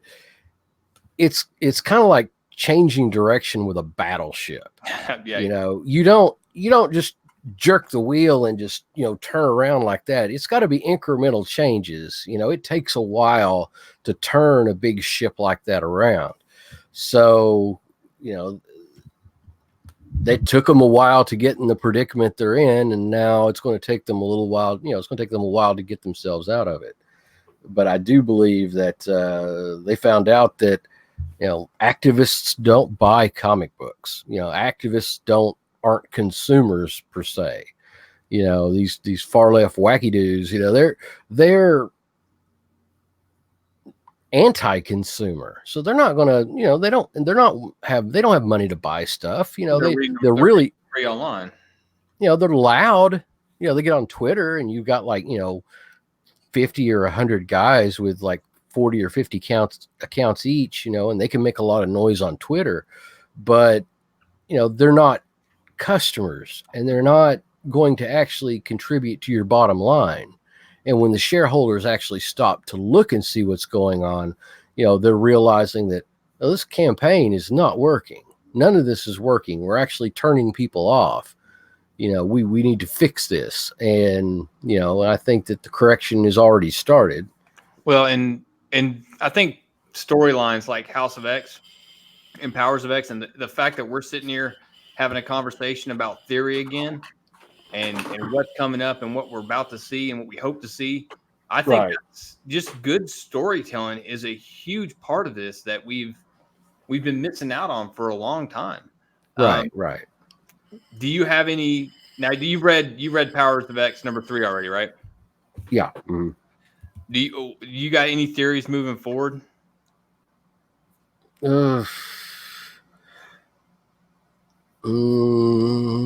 Yeah, but nothing I feel really strong enough to really talk about. I mean, I think that kind of waiting to see.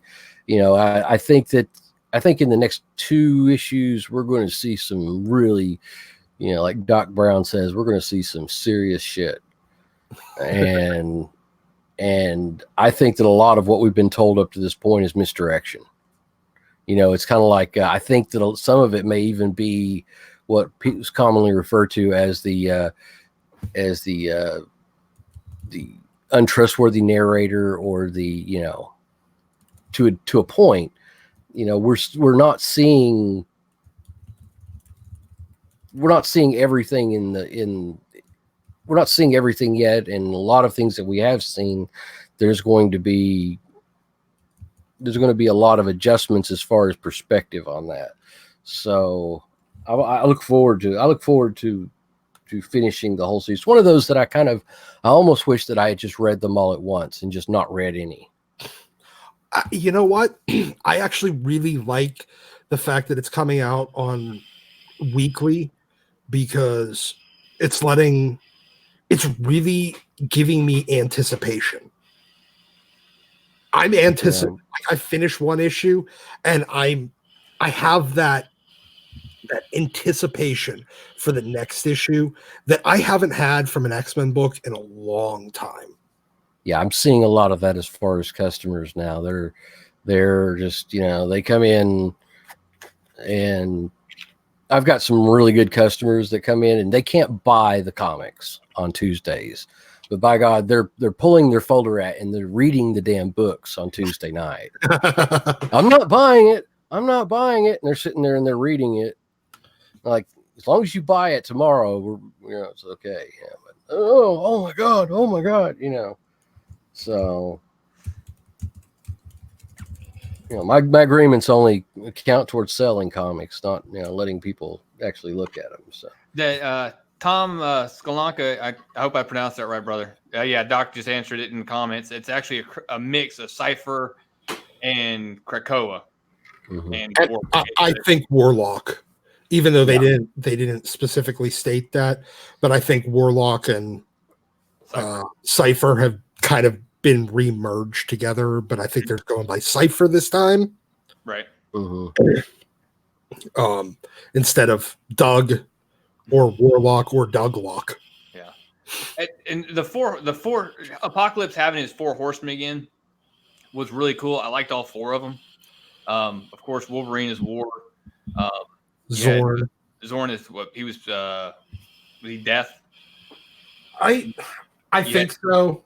You had North, which was Polaris, and Emma Frost as Pestilence, and who's the other one? The other one was Cypher and yeah. Hold on, I'm actually cracking it open while we speak. I'm curious as to. I'm really surprised to see Wolverine's gung-ho attitude over this. He seems to me to have been one of the last ones to actually buy into it all, and he definitely shows up as a team player. He accepts Apocalypse as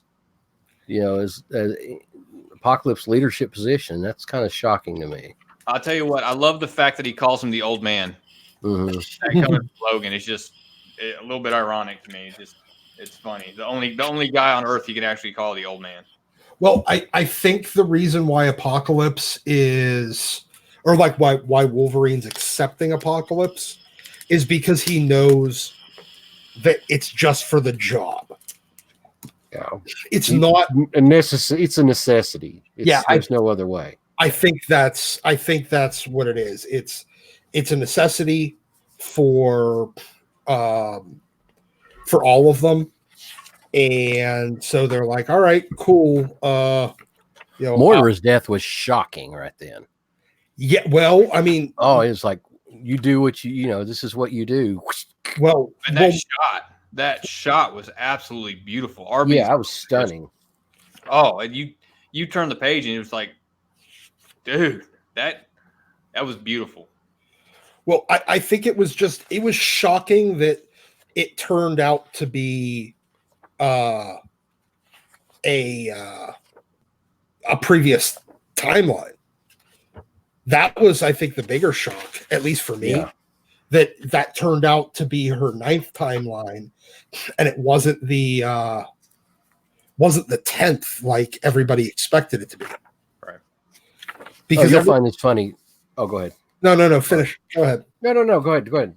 Well, I was just going to say that the fact that it now showed that X2, I guess they're going by that, X plus 100, is not in the same timeline as X0 or X1. Right. Which is it's not. Yeah, which is kind of. It was surprising. It was a really cool twist. It was a curveball. I wasn't expecting that. Yeah. But you'll find what I was going to say. You'll find this interesting, Doc. Go for it. Up to issue about 180. I don't have a single copy of X-Men in my shop now. Oh, really? Up to issue like 180. They're gone. They are gone. People have bought them. I mean, they just flown out of the shop. I've got like some in the back that I've, that are like overflow stock that I've not put out yet. But I mean, it's just been like locusts. Oh, I can imagine.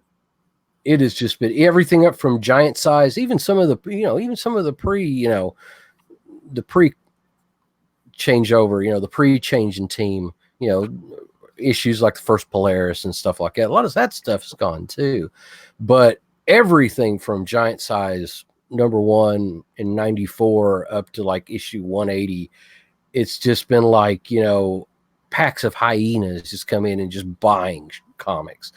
And I've not seen anything like that in ever. As an owner. So we were talking earlier when you weren't here. I mentioned that Ryan Stegman was talking, and he was retweeting a couple of people that were talking about how Absolute Carnage was making them go back and reread the first dozen or so issues of Venom, and it gave them even a greater appreciation for it.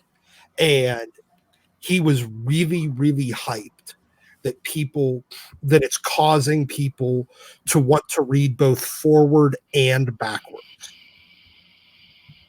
And that was something that was kind of commonplace for readers in general for a long time. You jump on X-Men at, like, for me, it was at like issue like 220, 222, something like that.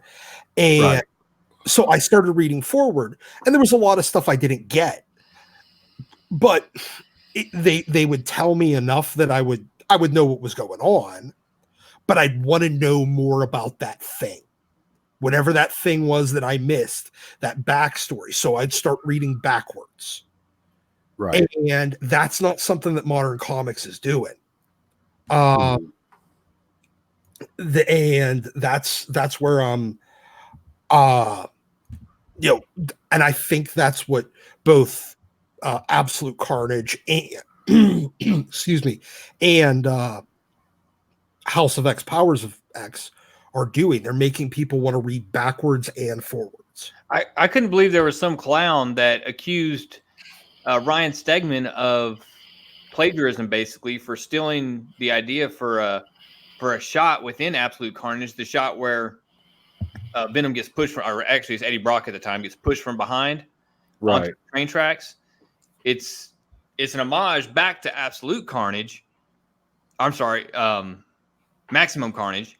Yeah. And somebody actually, rather than just looking at it as an homage, thought, "Well, he stole that." No, he didn't, you moron. It's actually a really cool thing for those that as a throwback to give to the fans to, hey, man, you remember this, and to catch that and to have that little, it's like Easter eggs hidden in a movie. Yeah. It's something fun that when we all realize it's there, Well, we get excited about it. I think that a lot of creators are just so sensitive right now. You know, you hear all this stuff. Oh, it's plagiarism. No, it's not plagiarism. It's they're borrowing on a theme. You know, they're actually showing respect to the original source material by, you know, like you said, it's an homage to the source material. Yeah. You know, and it's just people. Oh my God, people just don't understand. They don't get it. They're thinking that something is theft when it clearly isn't, you know.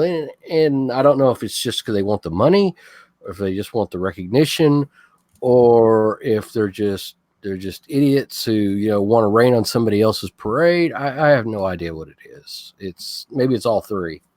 Well, you had that recent author come out and say the same thing to Hickman. Now, Mm-hmm. he the idea for Moira traveling back and reliving life. I was like, that's not.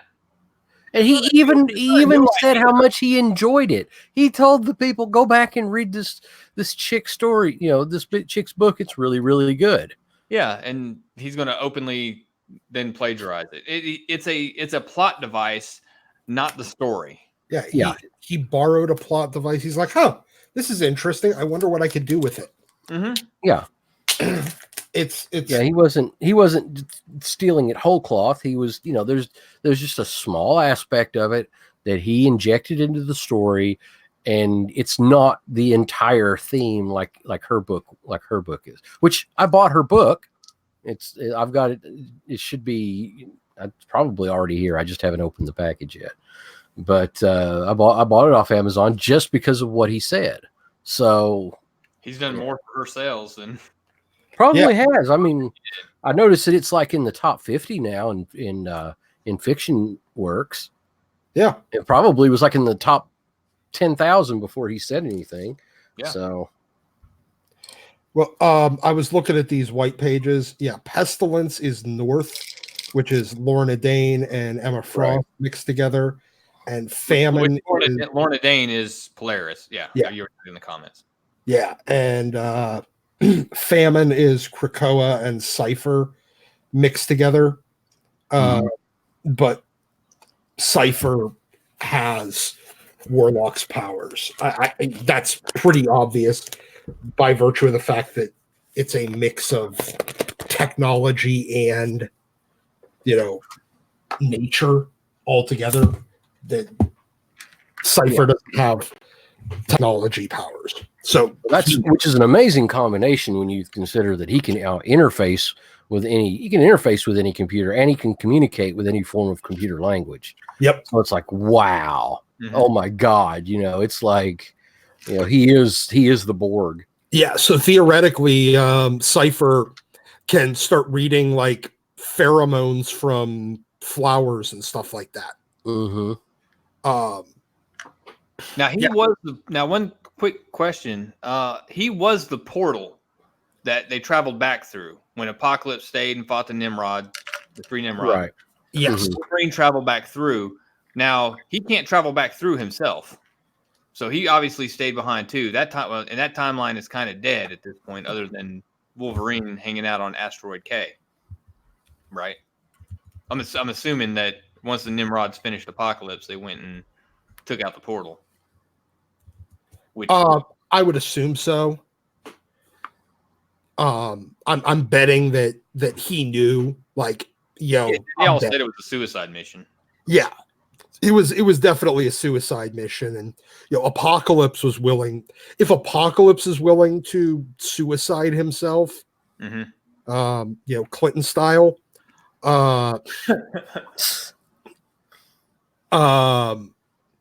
then so is not Groot. And Not Groot. Apocalypse is not a pussy. He is not a wimp. No. And Nimrod just destroyed him. I mean, it was not even close. It wasn't. I think he destroyed one of the Nimrod duplicates, and then he was just ground up into hamburger. Well, there was wow. There was one point that somebody made in the chat, and I'm sorry, dude, I cannot pronounce your name. Ezekiel Alcaraz. I'm sorry if I butchered that, dude. Nimrod really shouldn't be able to kill Apocalypse because Apocalypse is a technopath. Right. So maybe there's just something about Nimrod, though, that just defies other forms of technology. Yeah. Possibly. I mean, he is a Sentinel. So, and he is a next generation Sentinel. So theoretically, he's like the ultimate Sentinel. He's just well, technically, I think Bastion would be. Well, yeah. Okay. Yeah. Bastion. He is the next, but he is a highly evolved Sentinel. Yeah. Yeah. Yeah. I Wilfredo Figueroa. I'm pretty sure that all three of, that Caitlin Frost and her brother, that I don't remember what his powers were. I think they're both dead. Mm-hmm. I think Emma's the only remaining Frost, except for the Cuckoos, which are just clones of her. Right. Yeah, Apocalypse's body, his armor is celestial technology. Theoretically, he does have a body inside that armor, and he can do all kinds of weird, stretchy stuff, but it interfaces, the celestial tech interfaces with his mutant ability. So it's almost like a symbiote. It's almost like, he's wearing a techno symbiote. Yeah, he's like a celestial techno symbiote. And he just leaves his real face up there. That's the coolest way I've ever heard Apocalypse described. Yeah, he's like celestial carnage. Yeah, I think that no, Tom, in the chat you said no, it says that it's James Howlett, aka Wolverine, not a Wolverine Sabretooth hybrid. It's listed as him being pure blood, which I guess implies naturally born and not coming out of Sinister's weird odds eugenics program. Yeah, the only pure bloods were him and Zorn, right? Yeah. So. And Apocalypse. North was a second generation hybrid, and Krakoa Cypher thing was a symbiote. It was not actually, so they did all kind of merge together. So it is still technically the same original versions. It's not just their genetic material being used to clone. It is the real Cypher, the real Warlock, and the real Krakoa, but all merged into one entity. That's cool. Yeah. Yeah, that's pretty cool. It kind of is, because he's essentially kind of like God. I mean, he can't change reality, but he is all knowing on Earth. Yeah. He can read the entire environment, all spoken languages, all written languages, and all like wireless data. he's essentially all knowing. There's nothing that he can't know. And theoretically, and because of his, but is he a telepath too? no, I mean, he can't know if you don't speak it or think or type it or anything. But I mean, anything that's said out loud. But theoretically, I mean, assuming humans have pheromones, I don't know. I guess that's still up for debate. Then theoretically, he could read stuff like that, like whether or not you're giving off this pheromone that implies that you're lying or hiding something. He can theoretically read those kind of things too. And he could know what's going on basically all over the planet at the same time because of Krakoa. Good grief. But, I hadn't thought that deep into that character's power set, but my goodness. Yeah, there's a reason why he's a horseman. This is getting back to horsemen that are actually badass and not just like some dudes hanging out. Hey, Gambit has energy farts now. Yeah. Does anybody remember that fade X-Men where Gambit was pestilence? I think it was a disappointing era. I think that was the Chuck Austin era. So yeah, I mean, you got some serious like power behind those horsemen. They're not just bad horsemen of, most of the 90s and 2000s, because they were kind of lame. Yeah, most of the horsemen in that is almost as bad as like the that awful Apocalypse horseman that he had in the movie. Oh God. Yes, with Storm as a horseman. Yeah. Yeah. But yeah, no, like they got some cool. You had some pretty badass horsemen there. Oh, come on, people! 2 people threw a thumbs down on this. Really? Yeah. What are we doing? We're just sitting here talking comics, people. There's no reason to thumbs down that. I catch at least 2 thumbs down, I think, on about every video I do now. Oh, so you just got 2 people that are just like butt mad at you. Yeah, you got 2 NPCs that are just butt mad. Yeah. I don't know who or why. I generally run a pretty positive channel. I don't, review things that I hate or anything. I don't know. It's just, I made somebody sad in their heart one day. Oh well. Well, Wes has got a couple of them like that. Maybe it's the same 2 people. It might be. They may have migrated over. Looking at the chat, people talking about I don't remember Nimrod being so overpowered, and so some Mr. Alcaraz. Sorry, dude, I just cannot pronounce that name. Nimrod has been defeated by Boom Doom. You know what? Yes, but remember, Nimrod would not have, when he came to the present, he didn't have any files on current X-Men because he didn't expect to ever deal with them because they had been dead for 100 years in his timeline. Yeah. So why would he ever need to have Boom Boom's, power set analyzed? She's dead. This was probably a Nimrod that knew Apocalypse as well as Apocalypse knows himself. So, he probably knew how to counter virtually anything that he could do. So, Wilfredo Figueroa is asking, does Rogue still absorb powers without touching people like she did in Mr. and Mrs. X? I haven't the slightest clue. We'll see what Hickman does once he can successfully ignore everything that Kelly Thompson did. Although I actually did like Mr. and Mrs. X, it's surprisingly all right. Yeah, it was better than anticipated. It was better than it had a right to be. So, yeah, it was better than bad. It was good. Yeah. That was a good. Wilfredo makes another good point. It was stupid, basically making her powers like Hope. Yeah, basically she became Hope.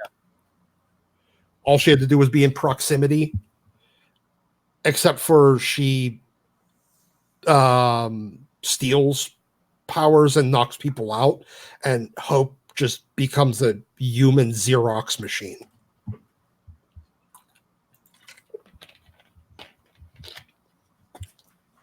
Oh, we talk about the popularity of back issues. X Factor 5 and 6, the original X Factor series 5 and 6, First Appearance of Apocalypse, they have just exploded. I mean, you've seen what the prices they're going for now on eBay. It's crazy. It's absolutely crazy. These were books that were printed, probably 500,000 copies, and going for, near mint copies are going for $150, $200. So really, because that's a bigger bump than the X-Men Apocalypse movie got it. I think the X-Men Apocalypse movie probably hurt the sales of the book. So horrible. Like, who's this little blue guy? Yeah, Papa Smurf got mad. The Ivan Ooze. Yeah, it was. Oh man.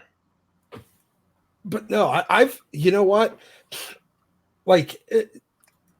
just having books come out that make people want to go back and read old stuff, that make people want to, dive into the back issue bins, and not to get away from the bad current books, but because the current book is actually like being like, hey, yo, you're going to want to read more of this. Mm-hmm. Yeah. That's great. Well, it's a different mindset. I've noticed that when current comics suck really bad, people go and they buy back issues, but they're buying series. They're not just buying keys, they're buying like entire runs so that they can read them and enjoy them. And I was noticing that people were buying a lot of, non-key issues. They were buying, they were buying whole runs of X Factor from 1 to 50. They were buying like, Vision Scarlet Witch miniseries, 12 issue and the 4 issue. They were buying stuff to go and read and enjoy. And now when things are really heating up and the new issues are doing better, people are specifically going back and buying keys. So it's a different mindset in the back issue buyers and the investment market. It's more of a speculation as well as, investment mindset of these are going to go up in value because this series is doing really well.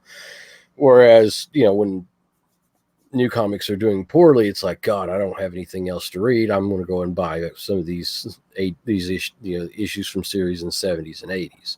But how does that then jive with, X-Men just flying out of your back issue bins? Because all of the Cochran, because the entire run is our keys.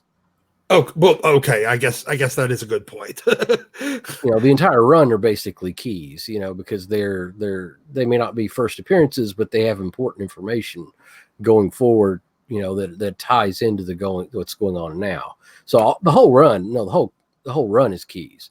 Okay. So, that makes sense. I get you now, because I was thinking keys as in like, 201 is sort of a key because it's the first baby Cable. 221 is a key because 99 Rachel Summers is Phoenix. Yeah, 96 really hot. 96 for first Moira. 221. Yeah, Future Past. 141, 142 Days of Future Past. Yeah, for Sinister, first, Dark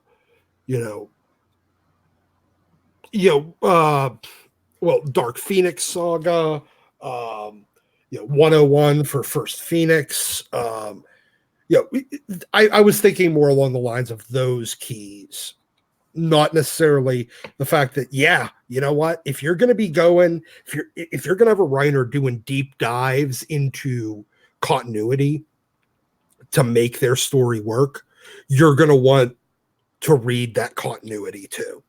Yeah. That's why I'm sort of considering like all of his run up to like, to around 200, 201, around, but to 180, is just flying out. It's just gone. And issues like 199, 201 are really, really popular. But yeah, it's pretty nuts. I'm wondering, the market the way it is going now. I'm wondering how much further it can go. So, I just don't know the where we end up as far as when Uncanny X-Men #1 finally splashes out. Could that be the 1 million issue comic that that Cebulski was hoping for? So I would still say no. I don't see how the math works out on it. I don't know how you can get to 1 million with only 1,500 shops. Well, it's not that I don't see that how you can get to 1 million with only 1,500 shops. I don't see how you can get to 1 million in winning confidence back this quickly. Yeah. I mean, it's a good show, starting off with these Powers of X and House of X, because it's a good way to get people caught up to speed, get their appetite whetted right before before the Uncanny X-Men series comes out. But I don't know if that's enough. But I do think that high six figures is possible. Maybe 500,000, maybe 450, 500, maybe higher. I could see that because it's obviously not going to be part of phase 1 of Dawn of X, because they haven't even said word one about when Uncanny X-Men 1 is going to launch. Mm-hmm. They only have adjective lists so far, and it's an inevitability that they will have an Uncanny book, but it's just a question of when. Mm-hmm. So now does 2 years, of solid storytelling earn you the trust and the, does it earn back enough lapsed readers? Does it earn you enough new readers? Does it earn you enough cred to get stores? You think it's going to be 2 years before Uncanny launches again? I don't know. That's the point. There's no word yet on when Uncanny will launch. Yeah, that's what I'm curious. I think about 6 months, Marvel's going to scramble because they have something that's being successful, and they're going to go and kill the goose at some point. They will try their damnedest to oversaturate it. They may, because I have a feeling that the Tinny Howe or the Vita Ayala and Leah Williams books may be what puts a huge damper on this. Yeah. Not. Because 4 out of the 6 books listed are solid to good creative teams. Mm-hmm. 2 are questionable to okay creative teams. Mm-hmm. And that's phase 1. Now phase 2, we have no idea what they are, except for that Vita Ayala and Leah Williams are somehow stupidly involved. God. Now, maybe that's paired with Claremont or bringing back Larry Hama to do a Wolverine solo title, because there's still no Wolverine solo title. Yeah, they've got to. They've got to. And so, and maybe Marauders and Excalibur only last 6 issues, because those are the 2 weak books. Fallen Angels, probably Fallen Angels. Angels. I love Brian Hill, but I just and the art looks good, but I don't see it lasting. I'm gonna buy it. I'm gonna buy the crap out of it, but I don't see it see it lasting beyond maybe 6 or 12 issues. If Hickman keeps a tight control on the content and actually acts like an editor should, if he's like the manager of the X-Men, real manager of the X-Men projects, then I think that we can have something very, very special. If he's more like, this is the broad general direction we want to go, just go do your own thing, then I think we're going to have some problems. Yeah. So now we have no idea when Uncanny X-Men is going to relaunch, but it's an inevitability that it will. I've heard next summer. Possibly. And in which case, then you have a year. Is a year enough goodwill? Is that summer going to be an X-Men event? It better be a damn good year. Yeah, you better have a full not just year. this. Yeah, not just these 2 series, and then these other series have to really knock it out of the park, and they have to be groundbreaking, amazing content. Yeah. So if you have more than 2 of them flop, it's going to bring the whole brand down. But so is a year enough goodwill to get you up to that mid 6-figure sales for an Uncanny X-Men launch? If it's good, yes. If it's good, really, yeah, maybe. I'm leaning towards probably 2 years. It'll get you a little bit higher. If they want to break 1 million, it would have to be 5 years down the line. And like 5 years of just straight solid work. Well, I think they would. They also have to not just. It wouldn't have to just be mutants either. It would have to be. It had to be the whole line. Revamp everything from top to bottom. They'd have to have, do something pivotal, like make Kate's editor-in-chief while he's writing like 4 or 5 books and overseeing all of the cosmic directly. Yeah. If they did something like that, which would like work his balls off. And then, then you'd have excellent writers like Hickman, you'd be pulling in Claremont, you'd be going, just going out and getting the cream of the crop, willing to pay them, willing to invest in the potential for the future of the Marvel universe and drive people back to the comic book shops, as well as, invest in a lot of goodwill towards the comic book shops and not what they've been doing for the last 10 years. Yeah. They've really, and I'm talking about, getting people to start new comic book stores and get those numbers back up to 2,500, 3,000. And, that's a huge undertaking. And I just don't, I don't think that Marvel cares that much, or I don't think that the upper executives, the money people with Disney really think enough to invest that kind of money into it. So, well, and going back to that, the book I keep mentioning it because it's what I've listened to on my 3-hour drive to Knoxville. It's the money that Marvel Comics makes on comic books is near negligible to these large companies. But what they really are is an IP farm.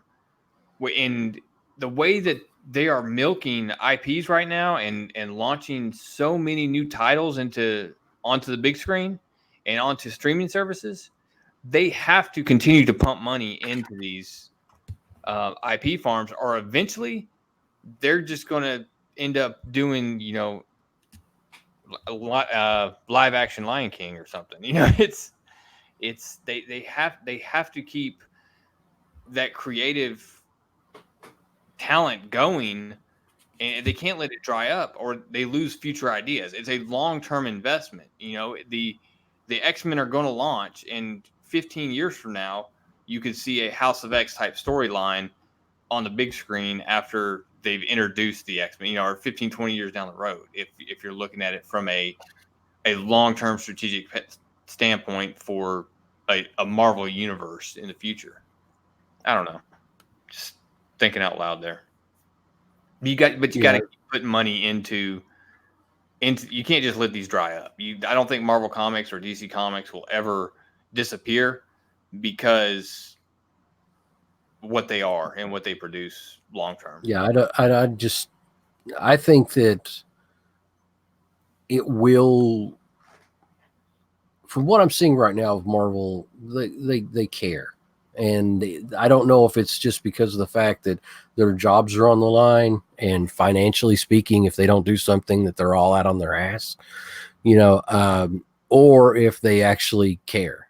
And probably a little bit of A and a little bit of column B, and because it has to be a dedication to passion for them to really make Marvel what it used to be.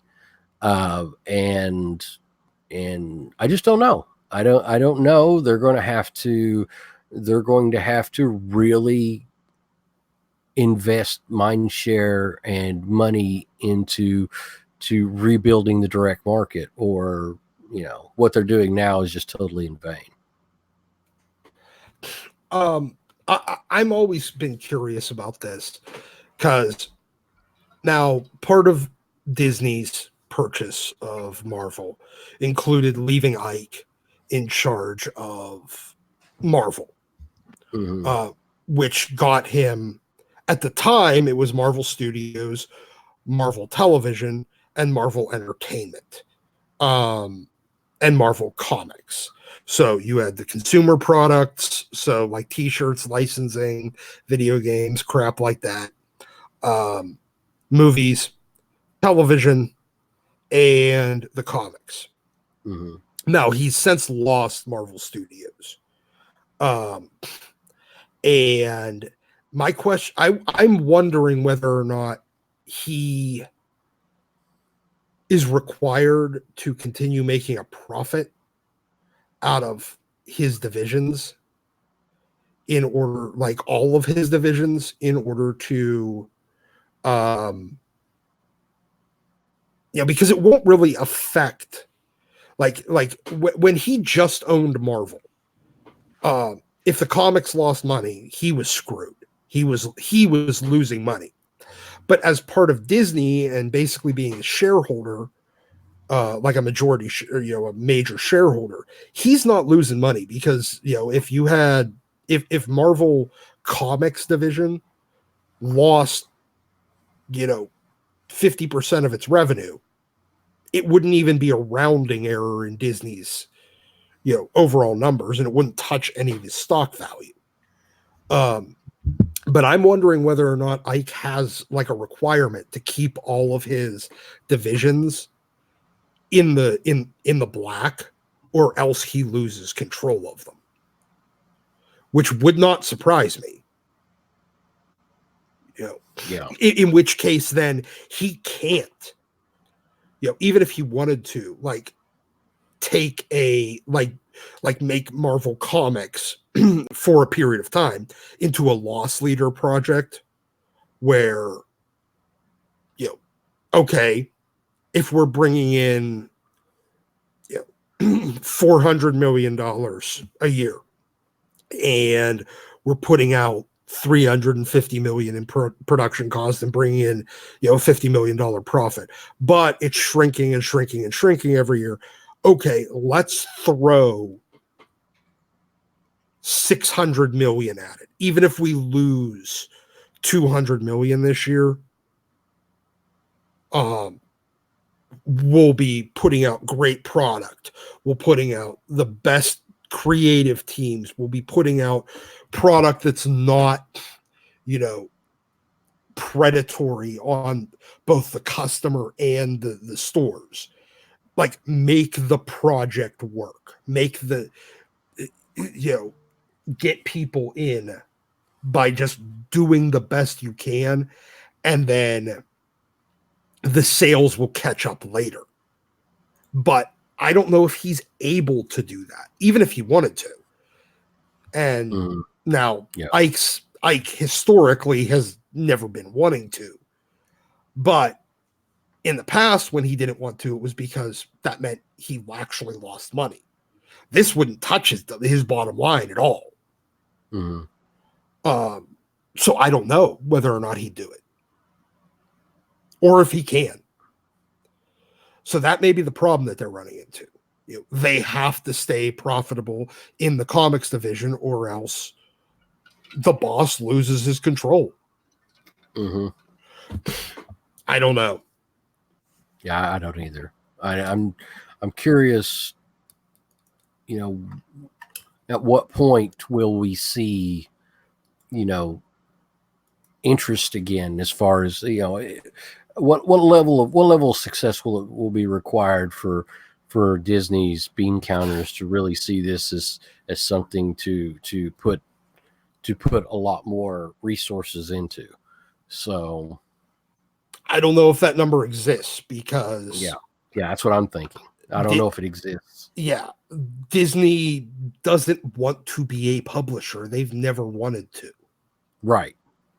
And yeah, so I mean, there's a reason why their Duck comics have been licensed since the 50s.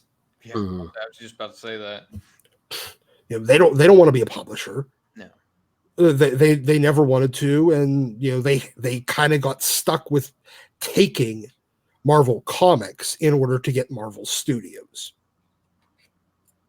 which is all they really wanted. They wanted, the characters for licensing, and the movie rights to make a shit ton of money, making movies. So I don't think there's a number that would make Disney happy to remain a publisher. Yeah. But is there a way to get that dollar figure up? Yes. There's a way to start building towards it, but it's taken 20 years to get as bad as it is. It's going to take 15 at least to get back to good. Earlier on, we got a question. Back on House of X Powerback stuff. Does the lineup of Cyclops is taken to assault Mother Mold seem underpowered to anyone else? Assuming he's taking the people on the cover, and the people on the cover are Cyclops, Jean Grey, Husk, Monet, Cruz, Archangel, and Nightcrawler, and Wolverine.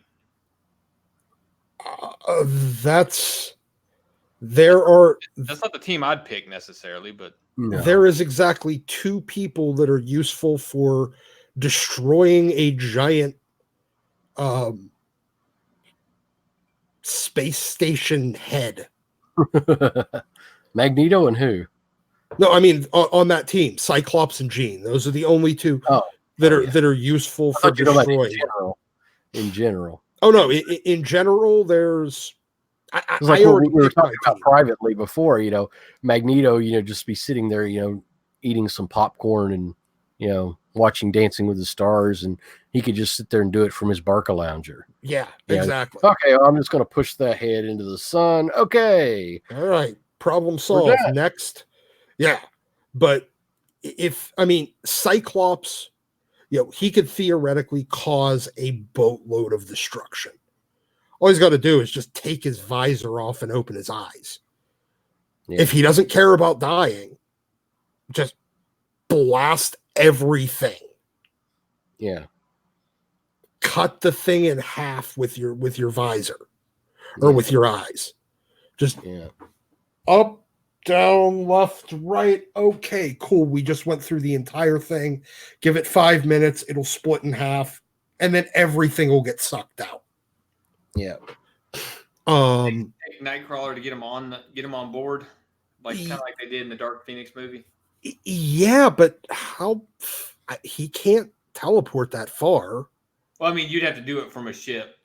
Yeah, and their ship would have to basically be right up next to it. Yeah. He's got about like 100-yard range, something like that.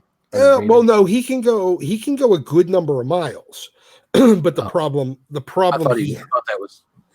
thought that was back before the retcon and all. he needs to either see where he's going or know where he's going. Okay. Because basically he has to envision exactly where he's going. Okay. Gotcha. So theoretically, he could jump from England to his house, like to his bedroom, because he knows where everything in his bedroom in the mansion is. He'll be exhausted when he hits there because of how far he had to go. But he can several hundred miles. Then he would. They could just have a skiff. Like a short run. Yeah, but he needs to be able to see inside of it, and that's the problem. He can't. Because I was thinking about the surface. Get on, use spacesuit suits and get on the surface of it. Well, yeah, but I don't know if he can teleport wearing a spacesuit. Oh, that's true. I don't know if the suit goes with him. I mean, I know that he can do it if he's like holding people's hands. So maybe the suit goes with him, but none of the other people do because they're not touching him. Good point. They're touching the suit, which is touching him, and that generally isn't how it works. Well, if it's one way there and no coming back, Yeah, I mean, I guess that works. But the only two that are useful for that is Cyclops and Jean. Jean, as long as she still has her telekinesis, can just physically move it the same way that Magneto would be able to. And Cyclops could just optic blast it in half. But what the hell's Archangel going to do? Nothing. What's Monet going to do? She's going to punch stuff real hard and maybe telepath it? Great. Like I said, not the team I'd pick for it. And what's Husk going to do? Yeah, that's what I was wondering. Shed its skin real hard? Shed her skin real hard? What the hell does that? That's useless. It reminds me of people in the army that are will go on a mission just so they can go and try to get blown up and get a combat action badge out of it. Maybe it's like, hey, can I go on this mission? I ain't got my cab yet. That's the only reason I can see taking a couple of those folks. But Husk is basically retired from being an X-Man. Right. She's, I guess, a shrink now. Oh, I'm not. I think she's a shrink. But yeah. Again, the only people that you need for this are Havoc, Cyclops, Jean, Rachel, Magneto, and Polaris. And all you're doing is just doubling up power sets. Right. So if Jean gets hurt, Rachel can do it. And vice versa. If Magneto gets hurt, Polaris can do it. Vice versa. And if Havoc gets hurt, Cyclops can do it. Because you have one that can physically move it with her brain, the other one that can physically move metal, and the other one that can blast the crap out of it.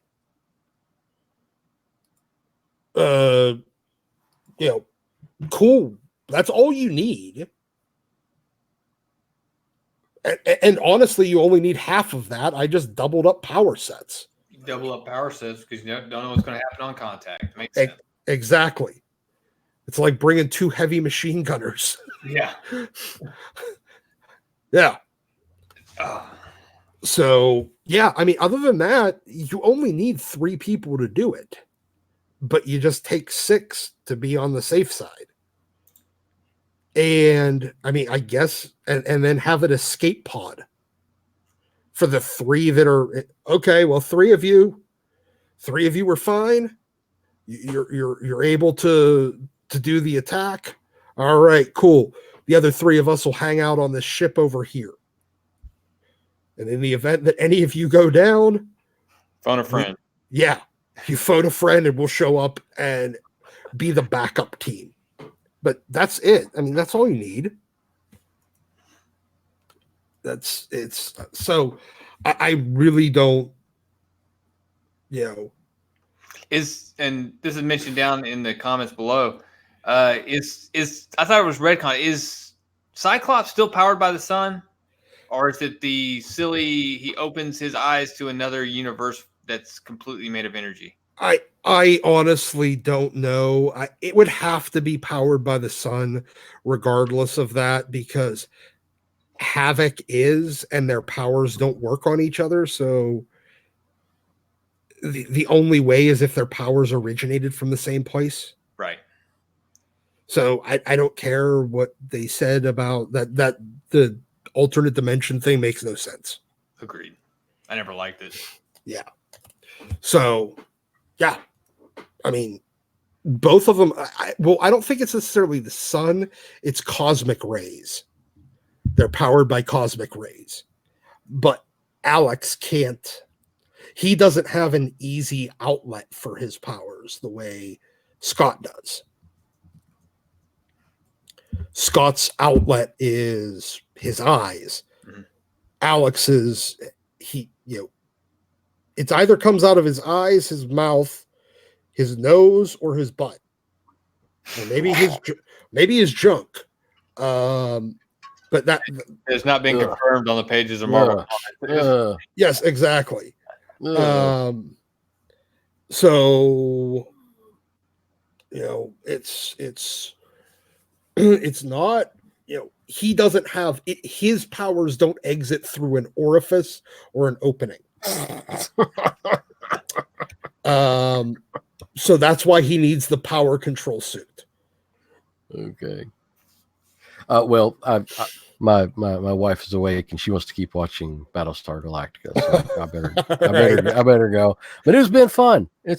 I'll talk some more when I get some more information as far as sales figures. I've not run my reports yet for August. So, but when we have, I guess we're going to have, God willing, we're going to have a aficionados this Saturday with Wes. Yeah, so over at Thinking Critical, those of you, I think probably 99.9% of this crowd is from Wes's channel. So if you're not by chance though, make sure you subscribe. It's these guys plus Wes and Lance and Ash on Comics guys. They're a great group of guys that, I mean, it is seriously like it's a morning. It's a morning radio show for comics. The guys, these guys, they're amazing. I'm always in awe of it. But I'll have my back issue reports for the second quarter of 2019 as well. What's sold, what doesn't sell, and the price differences as far as market shifts. I'll have that on Saturday morning too. So tune in, and I will catch you gentlemen next weekend. Then, real quick before you go, Pele, sure, do a recommendation, because that's part of Comic Aficionados. Oh yeah, Powers of X, House of X. Get the next issue this Wednesday. Do it. It's going to be something else. This is something that's going to change comics as we know it for the next couple of years. So also the Carnage, Absolute Carnage has been fantastic. So get into those and anything, and follow me at _Pele on Twitter and on Instagram. Awesome, man. Thanks, brother. Thanks for coming and hanging out with us. All right, man. You guys take care, and I will catch you later. Yeah, I figure we can probably wrap up now. I'm starting to get a little tired. Yeah, I'm I got work in the morning too, so I'm with you. You want to go ahead and make your recommendations, Doc? You know what? I'm going to go with you know what? Why don't you do yours first, because I want to see whether or not you cover one. I'm following House of X and Powers of X. I haven't even checked next week's pool yet to see what exactly is on there, honestly. I know that I have Amazing Spider-Man on there, but I don't know if that's one I would recommend this week, just based off of the way the storyline's going. I think you probably got a couple more weeks before it ties back in over to real storyline rather than the kind of the taking a break from a serious storyline post Hunted. So I think Venom 17 is coming out. I'm not positive. I mean, like I said, I hadn't checked it. So House of X #3 is coming out though. That'll definitely be the first thing I open, and Absolute Carnage #2 is. I'll be all over both of those. Awesome. Well, I am going to do one then. I'm going to echo what Stax was talking about earlier. Marvel Comics: The Untold Story. It is a prose book by Sean Howe. You can find it on Amazon. You could probably find it at a lot of local comic shops too. It's on Audible as well. Yeah, it's on Audible. Great book if you want to know a lot of like the kind of behind the scenes stuff from the 60s, 70s, 80s, as well as the actual history. Think about it as like a Wikipedia turned up to 1,000. And it's great. It ends around 2004. Shortly, like when it was before the Disney acquisition, but around the time that they were, actually it might have ended around 2009 because I think they talked about the launch of the Iron Man movie. I think. I'm trying to see what the.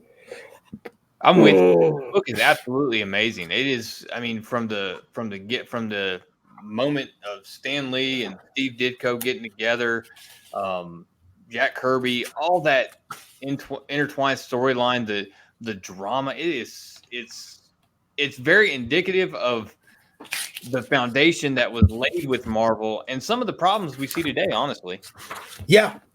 It looks like it was published in 2012, so I'm betting it ends around the time of the Disney acquisition. Mm-hmm. I've got about 3 hours left in it, so yeah, it's excellent. Highly recommended. I mean, especially if you want like a cool behind the scenes prose novel. Well, it's not really a novel. I mean, it's essentially the historical text. I don't know. Yeah, it puts the storylines in. It's from the perspective of the market as a whole, but it's dealing with those individual creators, and it does it on the backdrop of their storylines. Of here's what was going on, and this character was introduced, and this was selling well, and here's Howard the Duck, and some really incredible backstories and the infighting creators. It is a really good read. I highly recommend it too. Yeah, and like talking about Steve Gerber being really angry about the whole thing with Howard the Duck, so he made Destroyer Duck. Destroyer Duck, yeah. Yeah, it's great. I mean, you can see kind of a lot of how the sausage was made before the creators got crazy. I mean, they were crazy back then, but they were crazy in in a normal way, like, hey, you're screwing me over. I don't want to be screwed over. Yeah, kind of way. Yeah, you feel really bad for like creators like Steve Ditko and Jack Kirby coming out of it and all the work they put into it and things that that creators probably deserve. If you create a character that at first they didn't get royalties on it. Yeah, it was you completely turned it over to the company, and yeah, that was your pound of flesh because they put a roof over your head and food in your belly.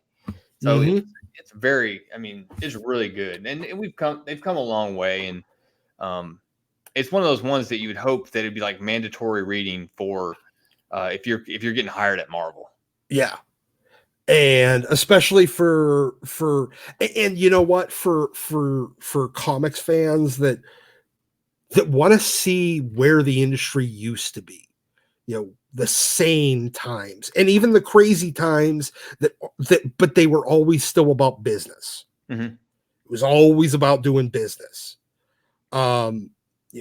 It's a great book, especially if you're a young creator, seeing what some of the older creators had to deal with. Oh yeah, definitely check it out. Definitely, man. My other recommendations are going to be, as Pele talked about, Uncanny X-Men. So, I mean, we're doing an X-Men stream, so I'm sticking with X-Men. I'm going to go with, these are a couple that I picked up recently, 64 and 66 from 69, 70. Yeah, 1970. 64 had the first appearance of Sunfire, and 66 is the final issue before it goes to reprints. And then from 94 to, as Pele was talking about, 200. Just read them. If you don't fall in love with X-Men reading that, you won't love X-Men. It's just that simple. That's awesome. I got my homework for the. Oh, we always got homework. Yeah, Doc, thank you so much for coming on, hanging out with me, guy. I really appreciate it. Oh, dude, thanks for hosting this. I was kind of fiending for it this morning, and then it couldn't happen, so I went and cut down trees, and then when we came, I was following you on Twitter. I was just like, please don't let anything fall on him. No trees fell on me. I'm good. Well, man, thanks again. Definitely, I'll be on next weekend when you and Wes and the rest of the crew are on. I hate that Lance didn't make it on. I know he got stuck at work, and I hate that Ash couldn't make it today. But if you're still on and you haven't, go check out Ash on Comics. He's got a different style, a different take on the way he does reviews. But he's really fun. I really like sitting down and listening to his videos. He's a really good dude. And of course, if you're not following Wes over at Thinking Critical, definitely go check him out. You can follow him on Twitter and of course his YouTube channel. And then if you haven't yet, hit that subscribe button over here, because I'm trying to catch Wes. It's never going to happen, but one of these. Come on, guys. Let's get Stacks up to. Let's get him to 1,000 too. Come on, guys. But I appreciate it, guys. I guess we'll go ahead and sign off, Doc. Thanks again, man, and I will see you around, brother. All right. Have a nice night, dude. Later. Bye.